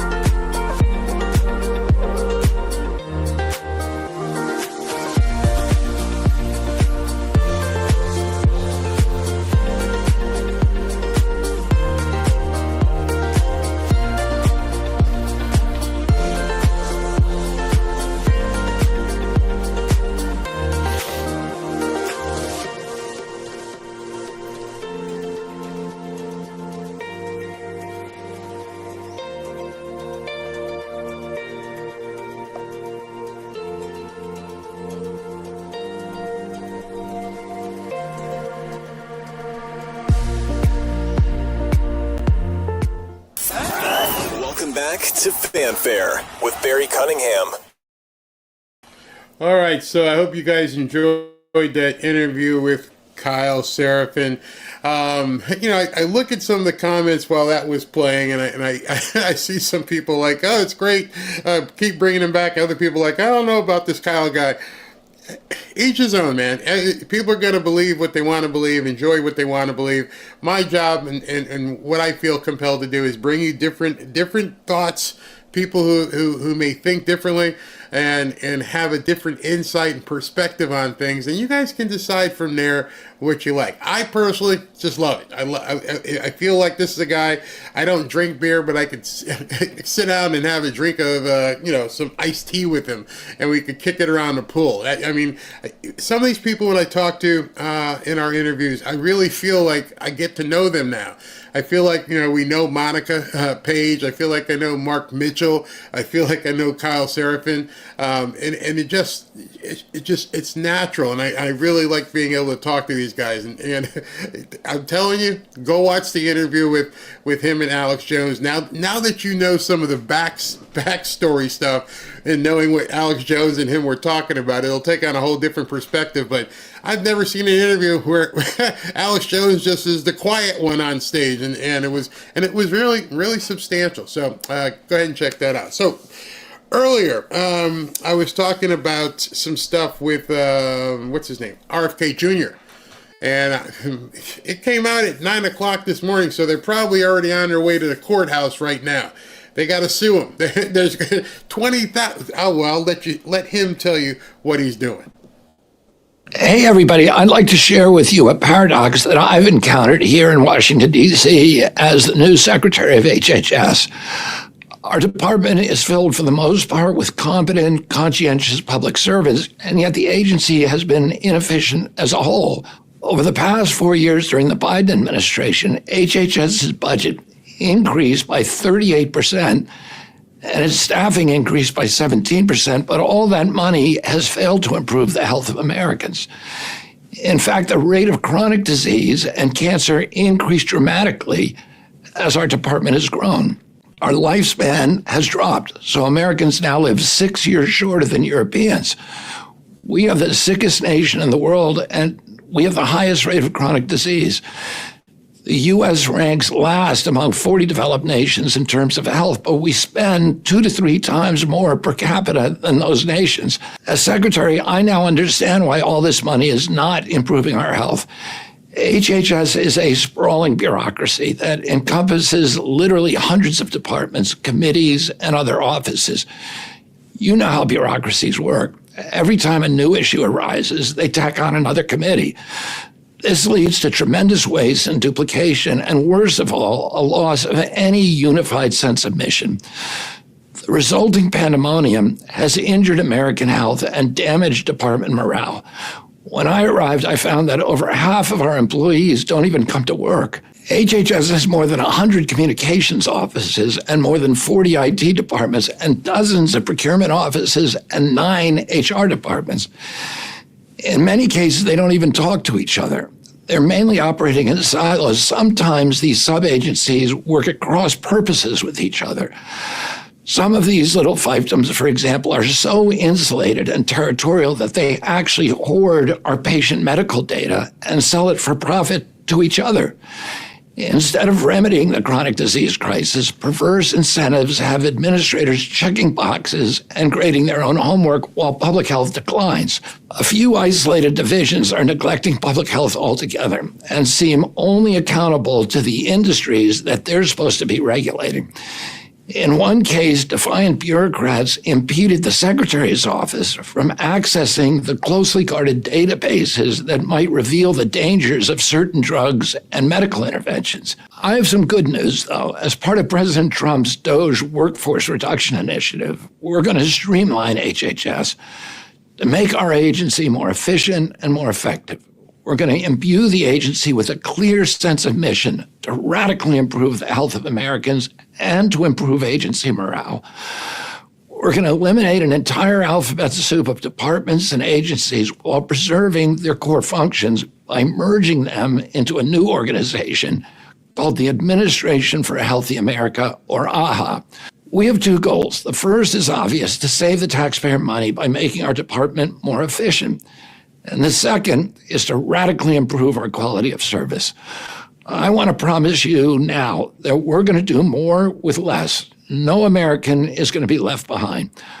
Our key services delivered through Medicare and Medicaid, the FDA and CDC, and other agencies will enter a new era of responsiveness and a new era of effectiveness. We're going to consolidate all of these departments and make them accountable to you, the American taxpayer, and the American patient. These goals will honor the aspirations of the vast majority of existing HHS employees who actually yearn to make America healthy. 28 great divisions will become 15. The entire federal workforce is downsizing now, so this will be a painful period for HHS as we downsize from 82,000 full-time employees to around 62,000. We're keenly focused on paring away excess administrators while increasing the number of scientists and frontline health providers so that we can do a better job for the American people. We're going to streamline our agency and eliminate the redundancies and invite everyone to align behind a simple, bold mission. I want every HHS employee to wake up every morning asking themselves, what can I do to restore American health today? I want to empower everyone in the HHS family to have a sense of purpose and pride and a sense of personal agency and responsibility to this larger goal. We're going to save taxpayers nearly $2 billion a year, and we're going to return HHS to its original commitment to public health and gold standard science. I want this agency to be once again a revered scientific institution that once made HHS the envy of the world. I want everyone who works here to be proud of this agency, to be proud of their work, to feel a renewed inspiration and their own sense of responsibility for our success in restoring America to good health. Streamlining HHS is part of a shift to new priorities, especially ending the chronic disease epidemic with clean water, safe food, effective medicine, good science, radical transparency, and a healthy environment. I think most Americans would agree with me that throwing more money at healthcare isn't going to solve the problem, or would have solved it already. Obviously, what we've been doing hasn't worked. That's why we're making this dramatic overhaul. But the real overhaul is even bigger. The real overhaul is improving the health of the entire nation to make America healthy again. So I wanted to let that play in its entirety. I didn't want to interrupt him because he had so much to say right there. And what's very interesting is, as soon as they heard this, as soon as the ink is dry on his signature of lopping off 22,000 jobs, these people are absolutely going to lose their minds. And I can't even, imagine calculating how many tens of millions of dollars, again, that is going to save Americans. So much money is now coming back should be coming back to the American people. And at this point, that's a lot of money. And now I saw some people here in the chat, and they're talking about what they saw. And one of the things, that I see for a couple things that people have said here is, and it's very interesting. They're saying that it's still too much. There's 65, wait a minute, let me just look. Somebody just said there's 65,000 employees at the HHS. 65,000. So he's cutting that down, actually from 85 down to 65. That's still going to be a whole lot of people. But Rome wasn't built in a day. We have to understand that is what it is, and hopefully he can get that down even further. But I wanted to show you something else that happened today that was kind of interesting. I'm dropping something here. Yeah, 22,000 people is still a lot of people. I am seeing that this government at this point doesn't want to ever cut anybody. If you get a job as a mailroom person at one of these agencies, it's a lifetime appointment. They don't seem to want to fire anybody. Once you get into a government job, you're there forever. They complain about every single person being fired. And I think this was part of the old Marxist communist want to take over, is the government is your employer. You work for the government. It's the company store. They don't want anybody fired. That's how they set it up. They put all these rules in place so you couldn't fire people. But like Kyle Sarapin just said, he's just going to do it. He is taking the stance at this point, I'm just doing it, and you can't stop me, which I don't seem to have a problem with. You can tell me if you have a problem with it. I don't. I was wondering how he was saying it on both sides, or Caroline Levitt was saying out of both sides. Oh, we hear the order, but we're still going to do it. And so the media can keep complaining about it. He's ignoring orders and everything else, but the fact of the matter is, stop him. And so I think what you have to realize, and when you're talking to people and they start saying, all this conflicted stuff about the judge told him he can't do it. Well, your answer now, as you heard from Kyle and other people and from myself, is the judge has no authority, period. That's your answer. That's what you need to be telling people on X. Yeah, the judge has his opinion. His order is an opinion. Well, you know what? Trump has a different opinion, and he's working on that. I'm not ignoring you. I heard you. I acknowledge you, but I'm going to do this instead. Sort of like, like Kyle said, and my dad used to say all the time, ask me, hey, what do you want to do here or there? But it was still his decision on what we were going to do. So that's it. Government can't be the leading employer. Yep, that's what they want. I don't blame these people who work from home, kicking and screaming because they have to go back to work. Look how cushy they've had it. Yeah, that's back to that Thomas Sowell quote. Nobody feels like they're oppressed until they, the stuff that they've been doing is taken away. Ignoring judges that don't have authority is not ignoring anything. It's just Trump going about his business, taking care of the country first. I need judges don't give a damn. Exactly. I hope they're being mindful of people close to retirement. From what I understand, they are not going after anybody's retirement. They're not looking to hurt the person. The individual. Same thing with Medicare and Medicaid and Social Security and all the BS that the Democrats are saying, oh, you're going to get cut. No, the agency's getting cut, not the person. See, that's one of the things about Marxism and communism. It's all together. The government is the people. The people are the government. No, here are the people. They still get their stuff, but we're going to constrict and shrink this. That's the difference. They don't understand that. So some of you guys are talking about the different governments, and somebody says no more CDC. Well, I'm going to show you something that let's see here. Let me just say this. Miss Outspoken, go ahead and email again, because obviously I didn't get your information for your Bible, so just let me know. They want to do away with the CDCs. People want to do away with the IRS. I'm going to play you a video. It's only 1 minute and 15 seconds long. It's very interesting to me. Very interesting. Here's why. And you have to listen to the lady from CNBC as she says this, because it looks like she's having a problem with it, where many of us, many Americans have seen what's been going on the last couple of months, and we're all starting to wonder, what's happening on April 15th? Well, finally, we got some response as to what's happening on April 15th, and it's very interesting. The IRS could see a sharp drop in revenue collected this tax filing season. That's according to a Washington Post report that says senior tax officials are bracing for a shortfall that would be tied to changing taxpayer behavior and attempted IRS cuts by President Trump.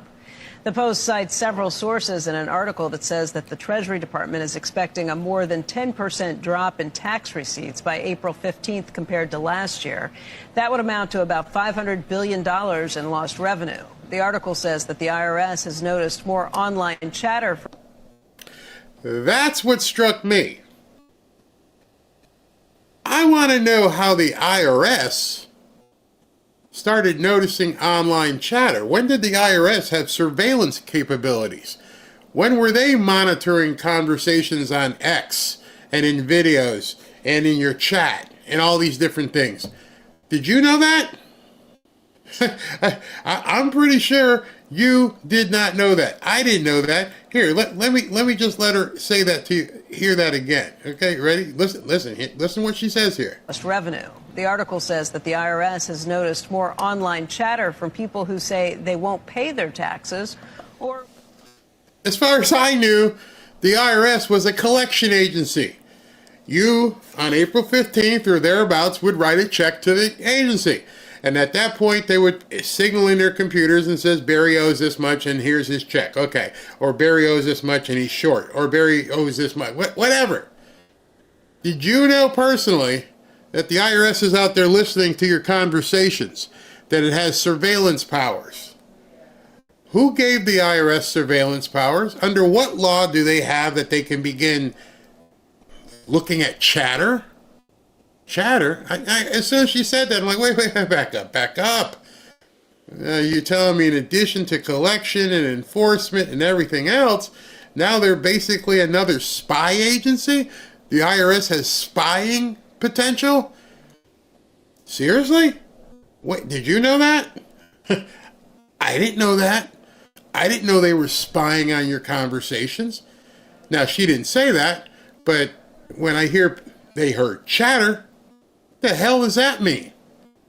Somebody needs to explain really quick if the IRS was given surveillance capabilities. If the IRS, we knew they were going to hire 87,000 more, Trump stopped that.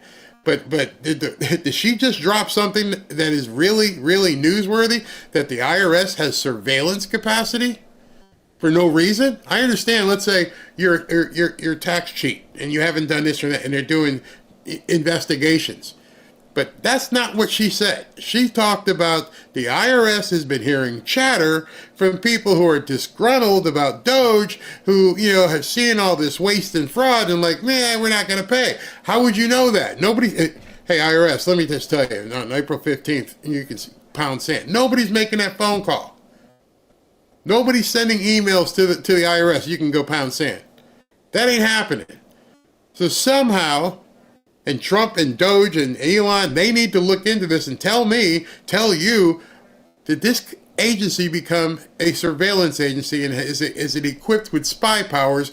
Because even if that's true, even more so, you need to abolish the IRS. Let her continue. Will claim deductions for which they are ineligible. Separately, reports over the weekend said that the IRS was closing in on an agreement with other federal officials to help them locate immigrants for deportation.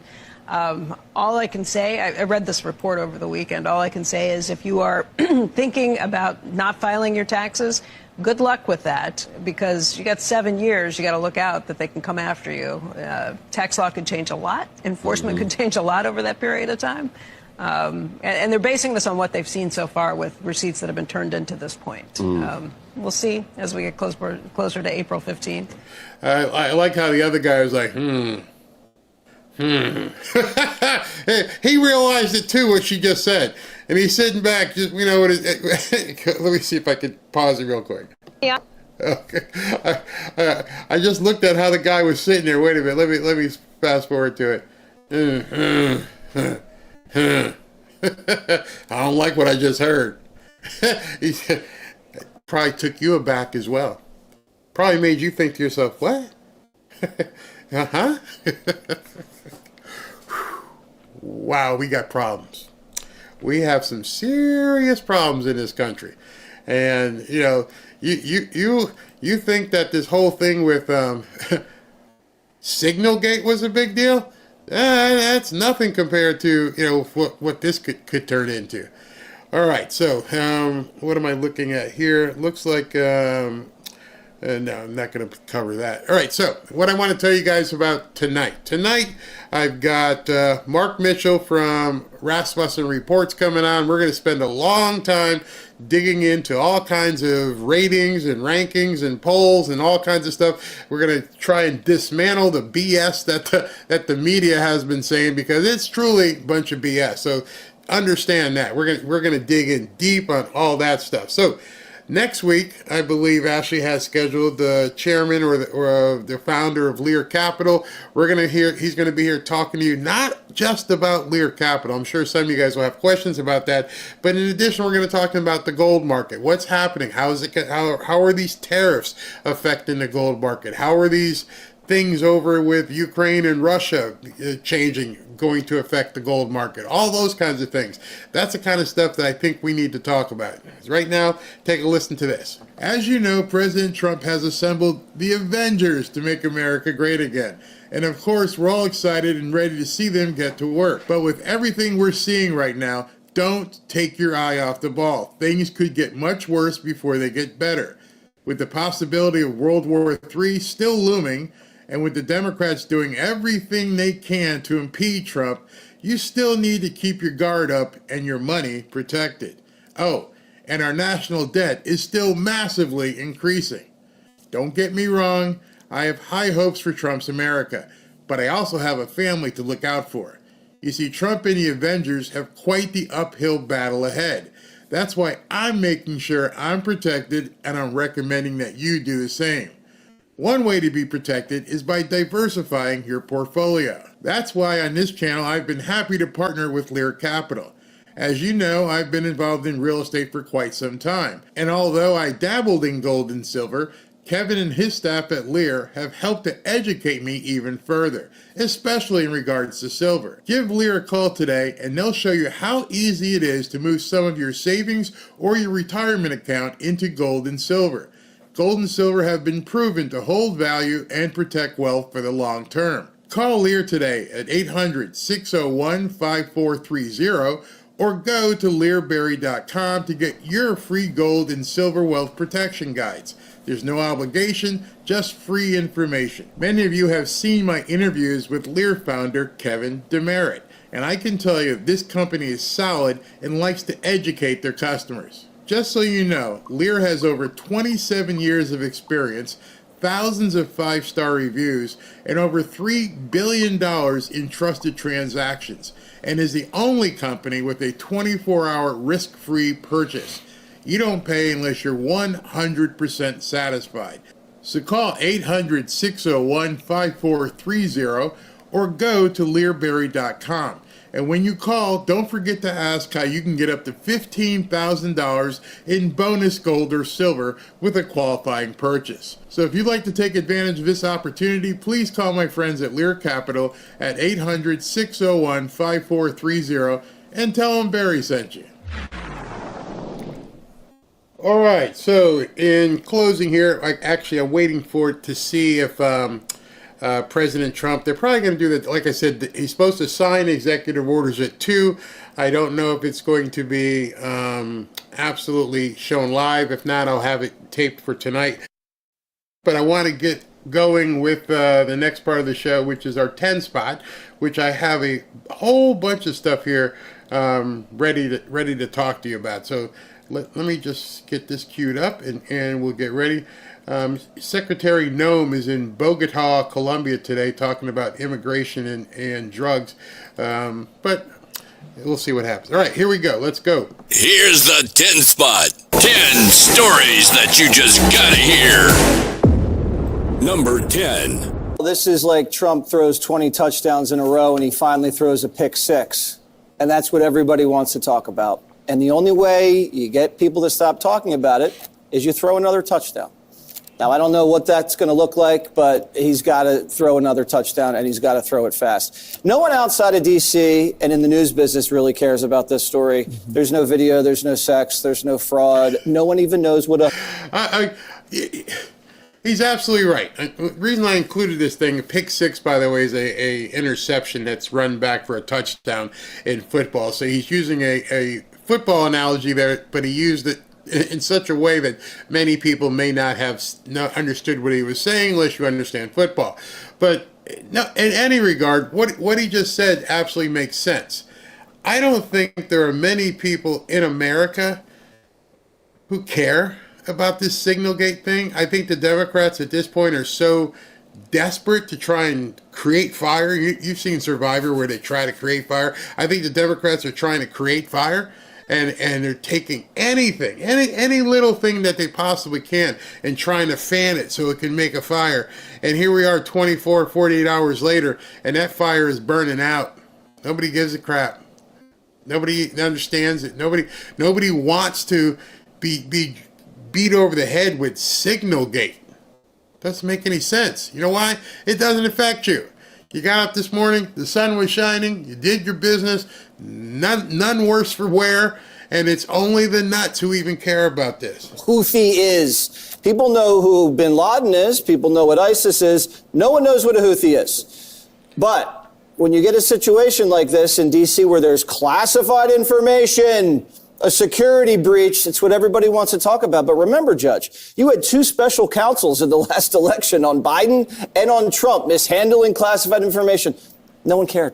No one went to the voting booth on November 5th and said, I saw those piles of papers in this garage next to the Corvette or next to the toilet at Mar-a-Lago. No, it's not a big story. If this was an Al Jazeera reporter, they accidentally put on the group text, yeah, but it's Jeffrey Goldberg, who's a real scumbag. Biden, if he had put me on a text and it was like Binder and all of his political people, I would have stayed on there for 4 years. And then October surprise, my book drops, I would have made a fortune. But if Austin and Sullivan and some of his top national security people accidentally put me on a group text on Signal and talked about airstrikes in the Mideast, I would ease my way out of that group text, talk to Fox Lawyer, and I would not say a word. I am an American before a news guy. I don't want to get involved in anything when it comes to national security. But this guy did. That's fine. Nothing's going to happen, though, because the Republicans control everything in D.C. It's not like they're going to prosecute anybody. And that's the big thing right there. The media can scream. The Democrats can scream. People are tuning out of the media. Their audience who's hearing it is shrinking and shrinking. Nobody's picking up the Atlantic. I don't think you've probably ever logged on to the Atlantic website. These people are relics. They are dinosaurs, and they're grasping at straws trying to keep their relevance. It ain't going to work. It's not going to work, because you know what's going to work? Excuse me. What's going to work is when you go to the gas pump. What's going to work is when you go to the grocery store. What's going to work is when you try to buy a house. That's what's going to work. Not this stuff. Nobody cares. So this is going to go nowhere. It always seems to happen to Trump, though. Like right out of the gate in the first term, boom, Flynn, toast. Now, again, his national security guy caught up in this. Trump can't have a conversation without getting leaked. Remember, he talked to the guy in Mexico, talked to the guy in Australia. That leaks. The perfect phone call always leaks. But for some reason, Joe Biden went 4 years and nothing leaked. And meanwhile, the guy couldn't talk. He couldn't think. So all the same people we showed in that montage were covering up for a commander-in-chief who was a basket case, who let the world blow up, and they think this is Watergate. I'm not buying it.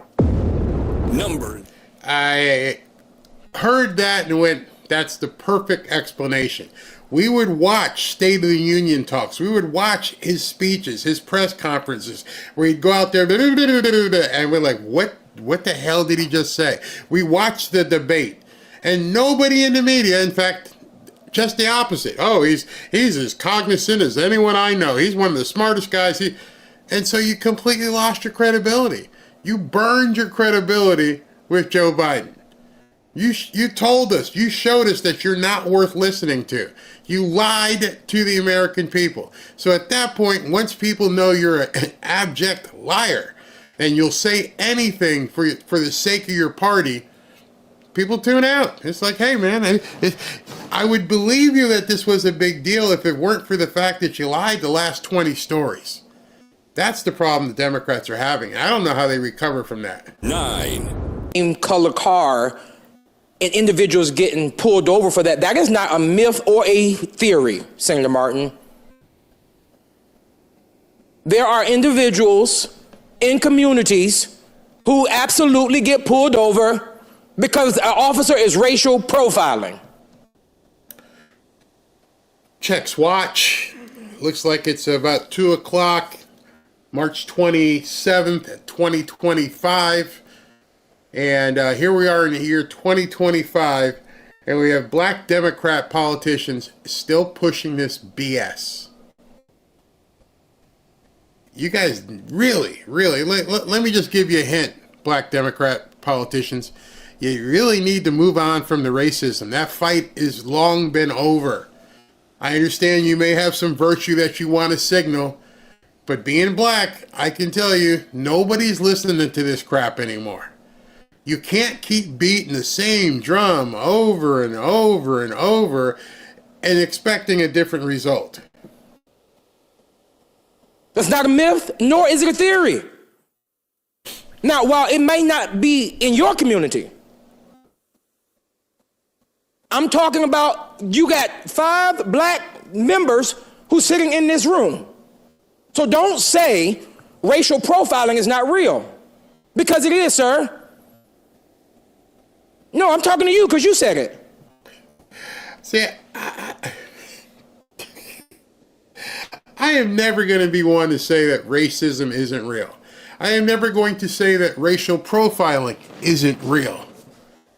But what I am saying is it's not so pervasive that it demands such ongoing focus. Are people racist? Yes. White people and black people. Both of them are racist. Not all, of course, but there is a segment of our society that has that problem. But you can't keep making that the excuse for everything. It is a crutch, and that crutch is musty from being under so many armpits, and it's wobbly from leaning on it for so many years. How about doing something so that these people are more productive in life? No, racial profiling is not a myth. So you cannot stand here and say that. Don't do that. Look at the woman in the back who happens to be black. She's like, are we talking about this again? I mean, seriously, are we really talking about this again? We got all these people in here, and this is what you're talking about? Yes, you did. Number 8. Female bodies are just as strong, as fast and capable as male bodies. I don't know what this chick is smoking. I'm pretty sure I'm stronger than most women. I would probably be, even at my age and past my prime, I'm probably still stronger. Probably, 95% of the women. I'm pretty sure. I'm pretty sure, even at my declining athletic proclivity, that I'm probably faster than some women as well. These people are bat-poop crazy. For her to stand up there and say a woman is as strong and as fast as a man is defying biology. Yes, there are some Olympic sprinters out there who blow some men's doors off. There are some Olympic weightlifters out there that will beat some men in terms of how much iron they can throw up. Absolutely. This many. It's probably about that many. That's why you don't see any women playing defensive tackle in the National Football League. If women were as strong and as fast, you'd be seeing them playing wide receiver for the Miami Dolphins. Man, what is it? What? Ooh, smoke some more. Ooh, yeah, it must feel good for you. I want all girls to know that there are elected officials like me who would never underestimate your ability to beat a boy at their own sport. Because that's what the premise of this bill assumes, that female bodies are less than male bodies.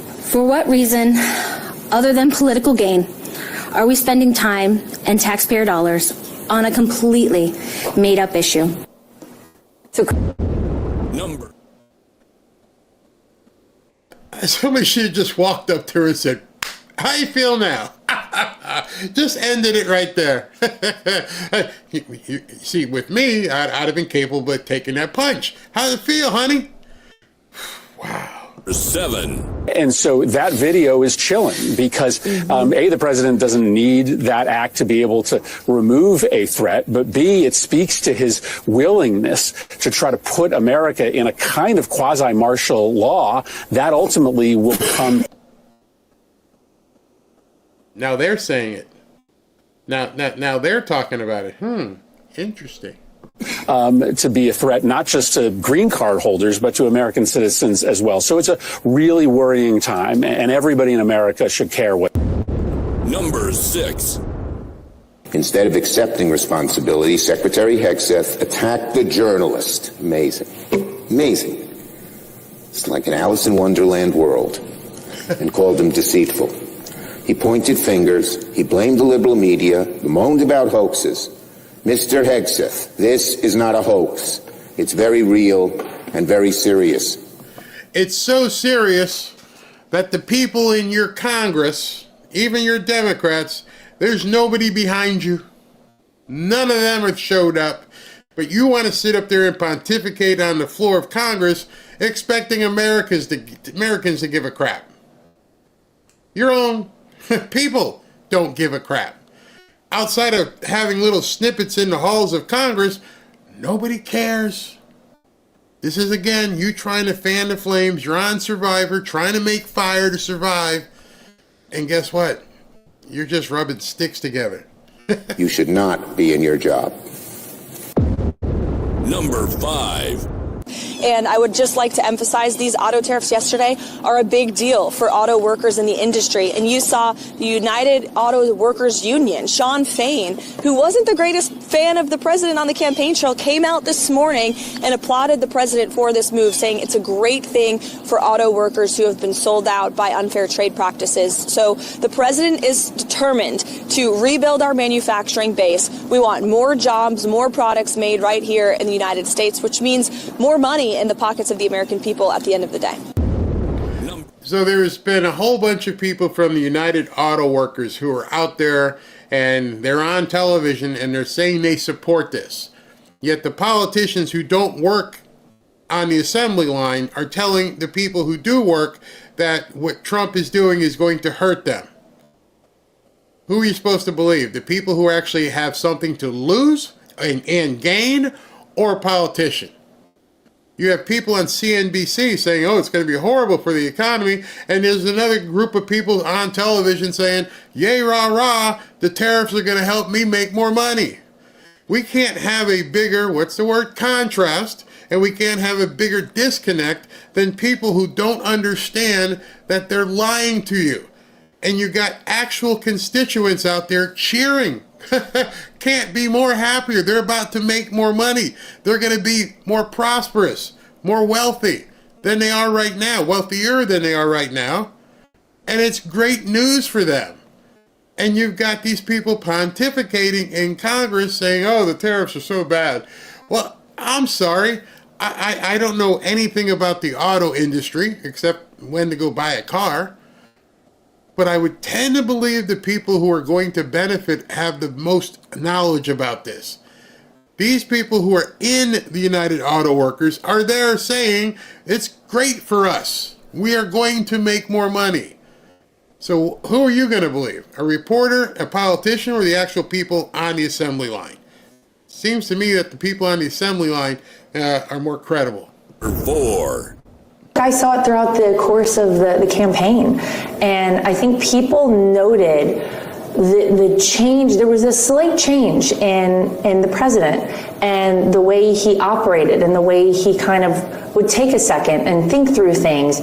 People gave you a lot of credit for that, Susie. He's been through so much. The lawfare, having been the leader of the free world. Okay, in case you guys don't know, that's Susie Wiles. Susie Wiles has been described as the most powerful woman in the world. She is Donald Trump's chief of staff. He leans on her, which means, of course, people are going to blame stuff on her as well, because he looks to her to help guide his ship. She's his ground. Like Robin is my ground. Robin will take me aside and say, don't say that. Why? Don't say that. Don't do that. There has to be someone especially with everything he went through in the first administration. There were so many snakes and vipers around him, so many ladder climbers that wanted to do this and do that, that he needs somebody that he can say, okay, I trust you. What do you think we should do in this regard? And that's why people don't like her. They don't like the fact that she has his ear. She is his number one person to go to. He said it yesterday during a women's event when he was looking and people were talking about Caroline Leavitt as the press secretary, and he's like, well, she's only 27 years old. But yeah, I mean, should we be bringing in somebody? She hasn't done anything. And Susie goes, no, she'll be good. Okay, you think so? Okay, then that's what we'll do.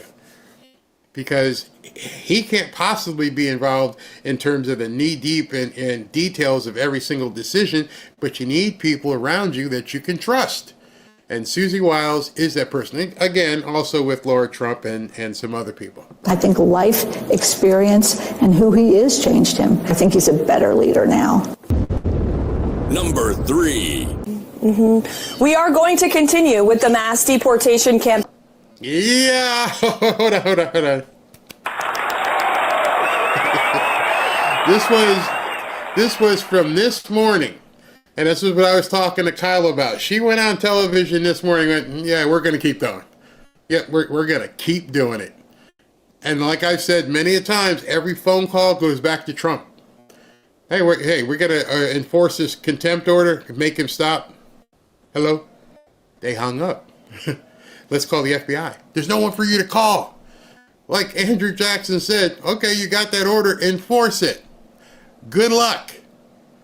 And I love that she's not making any bones about it. Getting on television, all steam ahead. We'll keep going. That President Trump promised the American public. I understand that a radical judge at the appeals court has denied the president and our legal team in the case against the Alien Enemies Act. But we are going to continue to forge ahead in the courts and think about how insane it is that we have a Democrat Party and we have Democrat activists who are judges in our judicial branch who are fighting against this administration from deporting these heinous individuals. If we have a country where the president of the United States, where the commander-in-chief cannot deport foreign terrorists and illegal aliens, the American people are in a lot of trouble. So we're going to continue to fight to do what's right for law-abiding American citizens. We will forge ahead in that court case. But yes, we will comply with the court's orders. We will fight in court, but we are going to continue to deport illegal immigrants from the interior of our country. So if you just dropped into this country and you weren't here before and you heard that last sentence, you're like, wait a second. You're going to comply with the court orders? Yes. The court order that says you can't do it? Yes. But you just said you're going to keep doing it? Yes. How do you do that? How do you, the court says you can't do it, but we're going to keep going anyway. Oh, we're going to comply with it, but we're still... Imagine you're in a household and you tell your son, don't eat any cookies. Don't eat that cookie. What are you going to do about it? See, you're going to go whack your kid upside the head or turn him over or some other kind of punishment for you non-corporal people. But he's not going to look you in the eye and go, and chew that cookie. Not get away with it, is he? You tell dad to deal with him?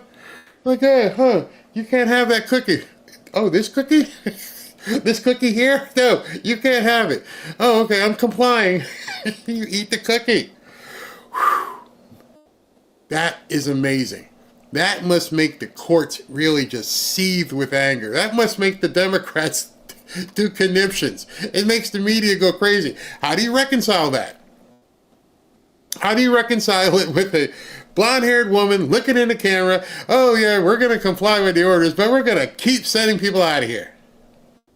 I just want y'all to just realize what you're seeing. Maybe, like Kyle told me, maybe I'm not talking about the same term. Maybe it's not martial law. Maybe it's just FU. We got FU law going on right now, okay? That's what we're seeing, right, President Trump. Screw you. Keep going. Tom, get them all, gather them all up. I don't care. See, no one's had to deal with this in quite some time. Maybe back when Andrew Jackson was around, but ever since Andrew Jackson, if the court said no, it meant no, right? And then we saw Biden do some stupid things. I'm going to go around. They're not even saying we're going around the order. Biden said, I'm going to find a way around it for student loan. They're just saying, we're just going to keep doing what we're doing. And no one knows how to deal with it. You can go sue anybody you want. Trump has realized at this point, and as Kyle was saying, power. I have the power. You can't stop me. I'm just going to steamroll straight ahead, and there's nothing you can do about it. And so I'm wondering how long it is before some of the Democrats try something stupid. Are they going to try and, drum up a mutiny? Are they going to try and tell airports you can't let planes? I have no idea. They don't control you don't control anything. You have no power to do squat. So I want you to let that thing sink in for a moment or for a while. And every time you see one of these court orders, go, so? And I'm thinking that must just be completely eviscerating to Democrats. Definitely eviscerating to the courts. Maybe that's why John Roberts didn't feel they had to step in. There is really no emergency. Just ignore them. Well, I'm sorry. Don't ignore them. Don't recognize their authority. You can use whatever euphemism you want for that word, but the bottom line is it's FU power. We don't care. That's what we voted for. We knew, Trump knew, everybody knew this was going to happen, that they were going to run to the courts every system. But I don't even know how you just go on television and say that sentence. I love it, but I don't know how you say that sentence. Number 2. Question. Critics say that Tesla is stealing water from the region. This region has so much water. Look around you. No, this is completely wrong. It's like water everywhere here. Does this seem like a desert to you? Okay, danke schön. That's ridiculous. That's how you deal with the press. President Trump, he does it. Elon does it. We saw Caroline Leavitt do it somewhat yesterday when she told Caitlin, shut up. But the reporters are asking Elon some questions about water and debt, and he's laughing in their faces. How embarrassing is it for someone just to laugh at you and call you stupid? It rains a lot. Number 1. Now, this is Nicole Shanahan. She was Bobby Kay's running mate, and I was surprised she hasn't gotten further into politics, but she may be soon. She may be running for governor of California, which I think would be a perfect spot for her. And she's going to, remember, her ex-husband, and the reason why I got to set this up, her ex-husband was the CEO of Google. So she knows a lot about the inside working of the tech industry. And so she's going to describe something to you today about what's going on deep inside the tech industry. And there is an ego, a belief that they were brought up in a way, many were highly educated, many have professional backgrounds, great degrees from great institutions. But then the wealth sets in. And if you think about the trajectory these women go on once the wealth comes in, usually the wealth comes in not necessarily because their tech husband is this exceptional entrepreneur. It's because what I've realized is that the government helped fund their husband at some point along the way. If you look at like the history of Google or the history of Facebook or the history of Apple, even the history of not so much Amazon, but like even Hewlett Packard or Oracle, these companies didn't just spring up out of nowhere. They came through institutional backing at some point. In the case of, Facebook and Google especially, where a lot of these tech wife mafia folks come from. It was Stanford. There's this Silicon Valley Stanford network. And if you look at where some of those grants or money came from, early money especially, and then accelerant money, it came from individuals that had government ties. See, she went there. Some of you may know what DARPA is. She's basically, and she's couching her words and she's being very calm about it. Again, she was the wife of the CEO of Google. And she's letting people know right now that your government paid for these companies. Just like we're seeing USAID move money go all around the world and fund governments and everything else, they funded companies and probably ran these companies or forced them to be run a certain way because the government couldn't do it. The government couldn't create a search engine and decide, you know what, we're not going to let certain searches be found. The government couldn't create a company that makes videos and say, you know what, we're gonna suppress some videos that we don't like. The government couldn't create this network with Mark Zuckerberg and say, we're going to run it and we're going to tell people how to do it, what they can post, and we're going to show you which post we want you to elevate. The government couldn't do all that. But the government could do is have former government people run all the, subservient level things, and they're come in and they're director of this and director of that, and we'll give you the money.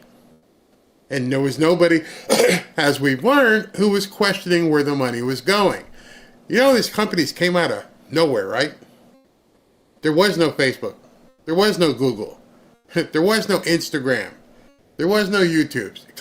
A couple guys founded, I don't know if you know the history of YouTube. A couple guys founded YouTube. Sounded like a great idea.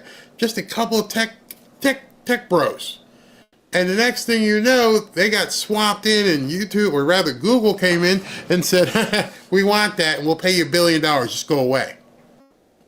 Wow, okay, where'd that money come from? And you've seen the story about Facebook and how they created the network, and the next thing you knew, it was worth $1 gazillion. She's telling us right now, this money came from you. And so these companies serve government functions as well. Google really was involved with the government in helping identify behavior on the internet, and Facebook as well. And so it's no surprise that the intertwining between the Democratic Party, which is so prevalent in California, and these companies has just always been there. That synergy has always been there, and that relationship has always been there. When you hear stuff like that, and you begin to think what that lady from CNBC said about how, the IRS is hearing chatter, and they're out there, listening to what you're saying, and you're thinking to yourself probably the same thing I did. I didn't know they had surveillance capabilities.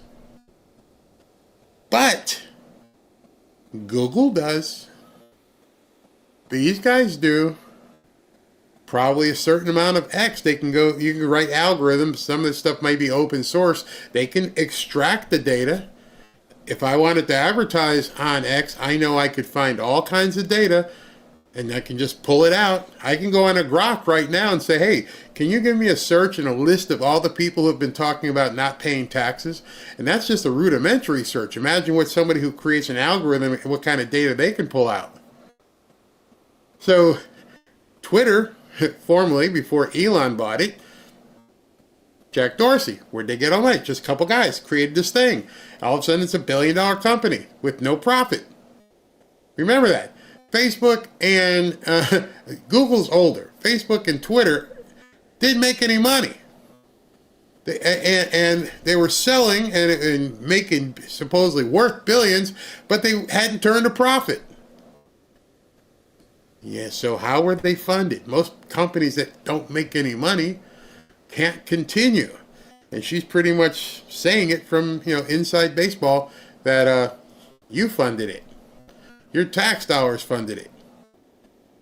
We're going to be finding out so much stuff that's going to blow people's minds. So I have one more piece, which is like a bonus piece. We'll call this number 11. And you heard yesterday the discussion with NPR. And I had mentioned about the lady who is the CEO of NPR, excuse me, who we have just found out is on the board of directors for, guess what? Signal. Yep, Signalgate. She sits on the board of directors for Signal. The CEO of NPR, which is a government-funded broadcast network, she also is on the board of directors of Signal. I've told you many times, this stuff is just all incestuous. It's all the same people. And when you hear what she says in this clip, 45 seconds, you are going to believe, if you hadn't believed, you're going to believe right now that NPR and PBS need to be defunded, not yesterday, a week ago, a month ago, a year ago, but in any event, immediately. Take their money away. I cannot believe, and I mentioned it yesterday, this woman did a TED Talk. This is the excerpt from this TED Talk. And she actually said these words out loud. Listen to this. But one of the most significant differences, critical for moving from polarization to productivity, is that the Wikipedians who write these articles aren't actually focused on finding the truth. They're working for something that's a little bit more attainable, which is the best of what we can know right now. Oh, so truth isn't the objective with writing stuff on Wikipedia. Thank you. And after 7 years there, I actually believe that they're onto something. That for our most tricky disagreements, seeking the truth and seeking to convince others of the truth isn't necessarily the best place to start. In fact, I think our reverence for the truth might have become a bit of a distraction that is preventing us from finding consensus and getting important things done.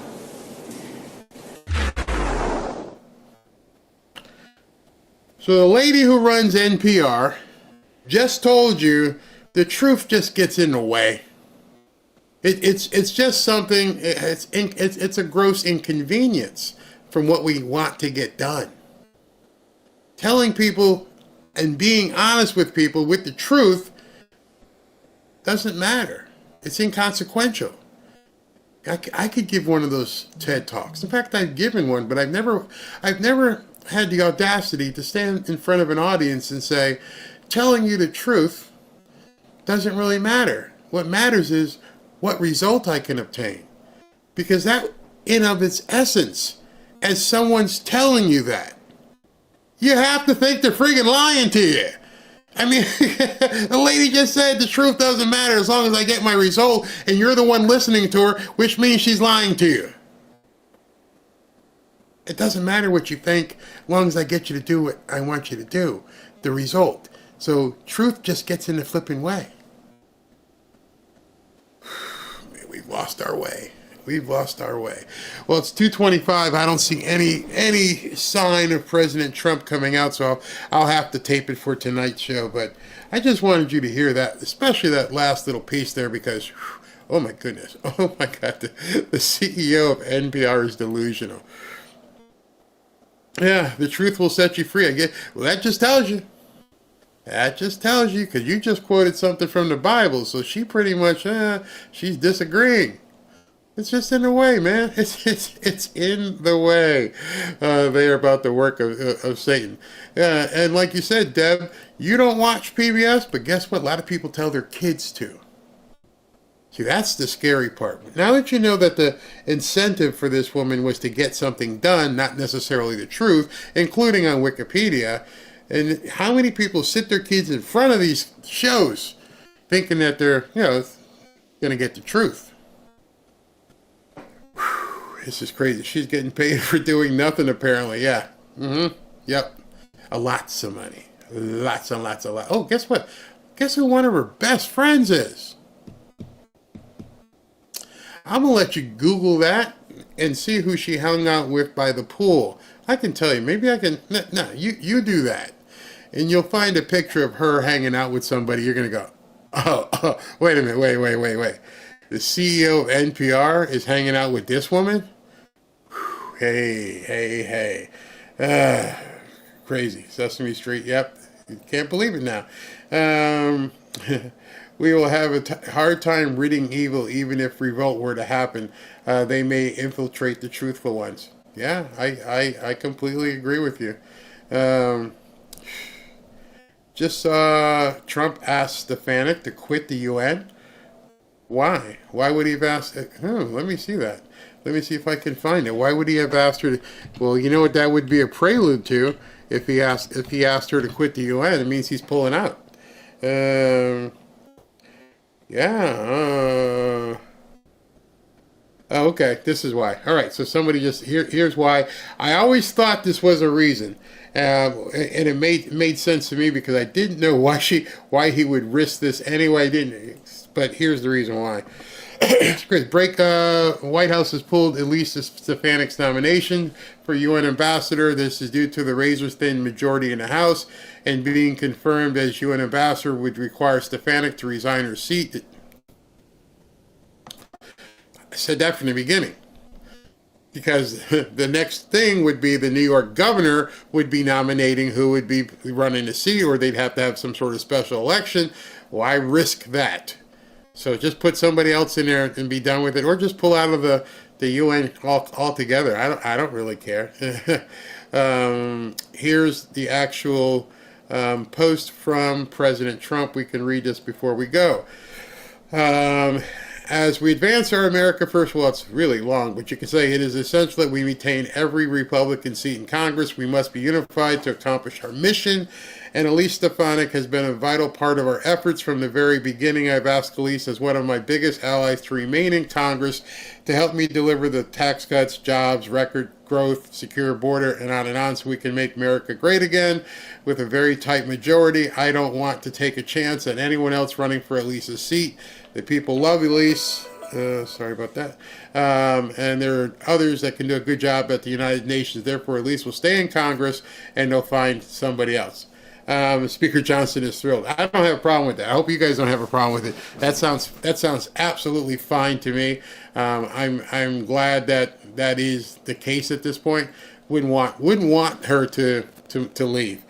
All right, so I'm gonna read some super chats here, and then I will get out of here, and we'll see you at 7 when we talk to Mark Mitchell, and I'll have a whole bunch of news for you. And then we can also talk about the executive orders that President Trump is going to sign, which undoubtedly we will have video for that tonight. So let's do this. Let me do this first, because I see one in orange here. It always lights up, and I don't want to miss this. Q, thank you very much. Here's that hundo I said I would throw you away. Take the wife out and maybe go dancing. Dancing? You deserve it for all the time you put into this show. Love you, share the wealth, keeper of secrets. Thank you very, very much. Before I get back to that, let me go ahead and I got to tell you about Patriot Addict. I forgot that I should have been talking about this earlier. Here we go. Excuse me. All right. Free Trump collectibles issued to all supporters because of the amazing feedback on the Trump knives. By the way, this is one of the Trump knives. People in the chat have been talking about these knives. It's absolutely fantastic. Here's the knife right here. Boom. Awesome knife. As I've said, in displaying it as a hand model, it is a big knife. I mean, again, that's my entire hand. I've got really big hands. That's about a 9-inch knife. It's heavy. It's not easy, and it's, you can see it's durable. You got the, what do you call it, the seat belt cutter. You got the window pane breaker, and this is all available for you for the price of shipping. Don't want to cut myself. So Patriot Addict has decided to come up with something even crazier for a limited time. They're giving away their best-selling Trump mystery box for absolutely free. No hidden charges, no recurring fees, none of that. Just cover this small shipping charge. Imagine unpacking the Trump knife, Trump beanie hats, and who knows what else. Patriot Addict is doing this because they want to show their support for Trump in these tough times, and this also helps them clear out space in the warehouse. And this offer is only valid to you guys. to Barry Cunningham viewers, and Patriot Addict would not want you to miss it. So scan the QR code right over here, and you should be able to order just for shipping. Or we now have a URL. I didn't know this.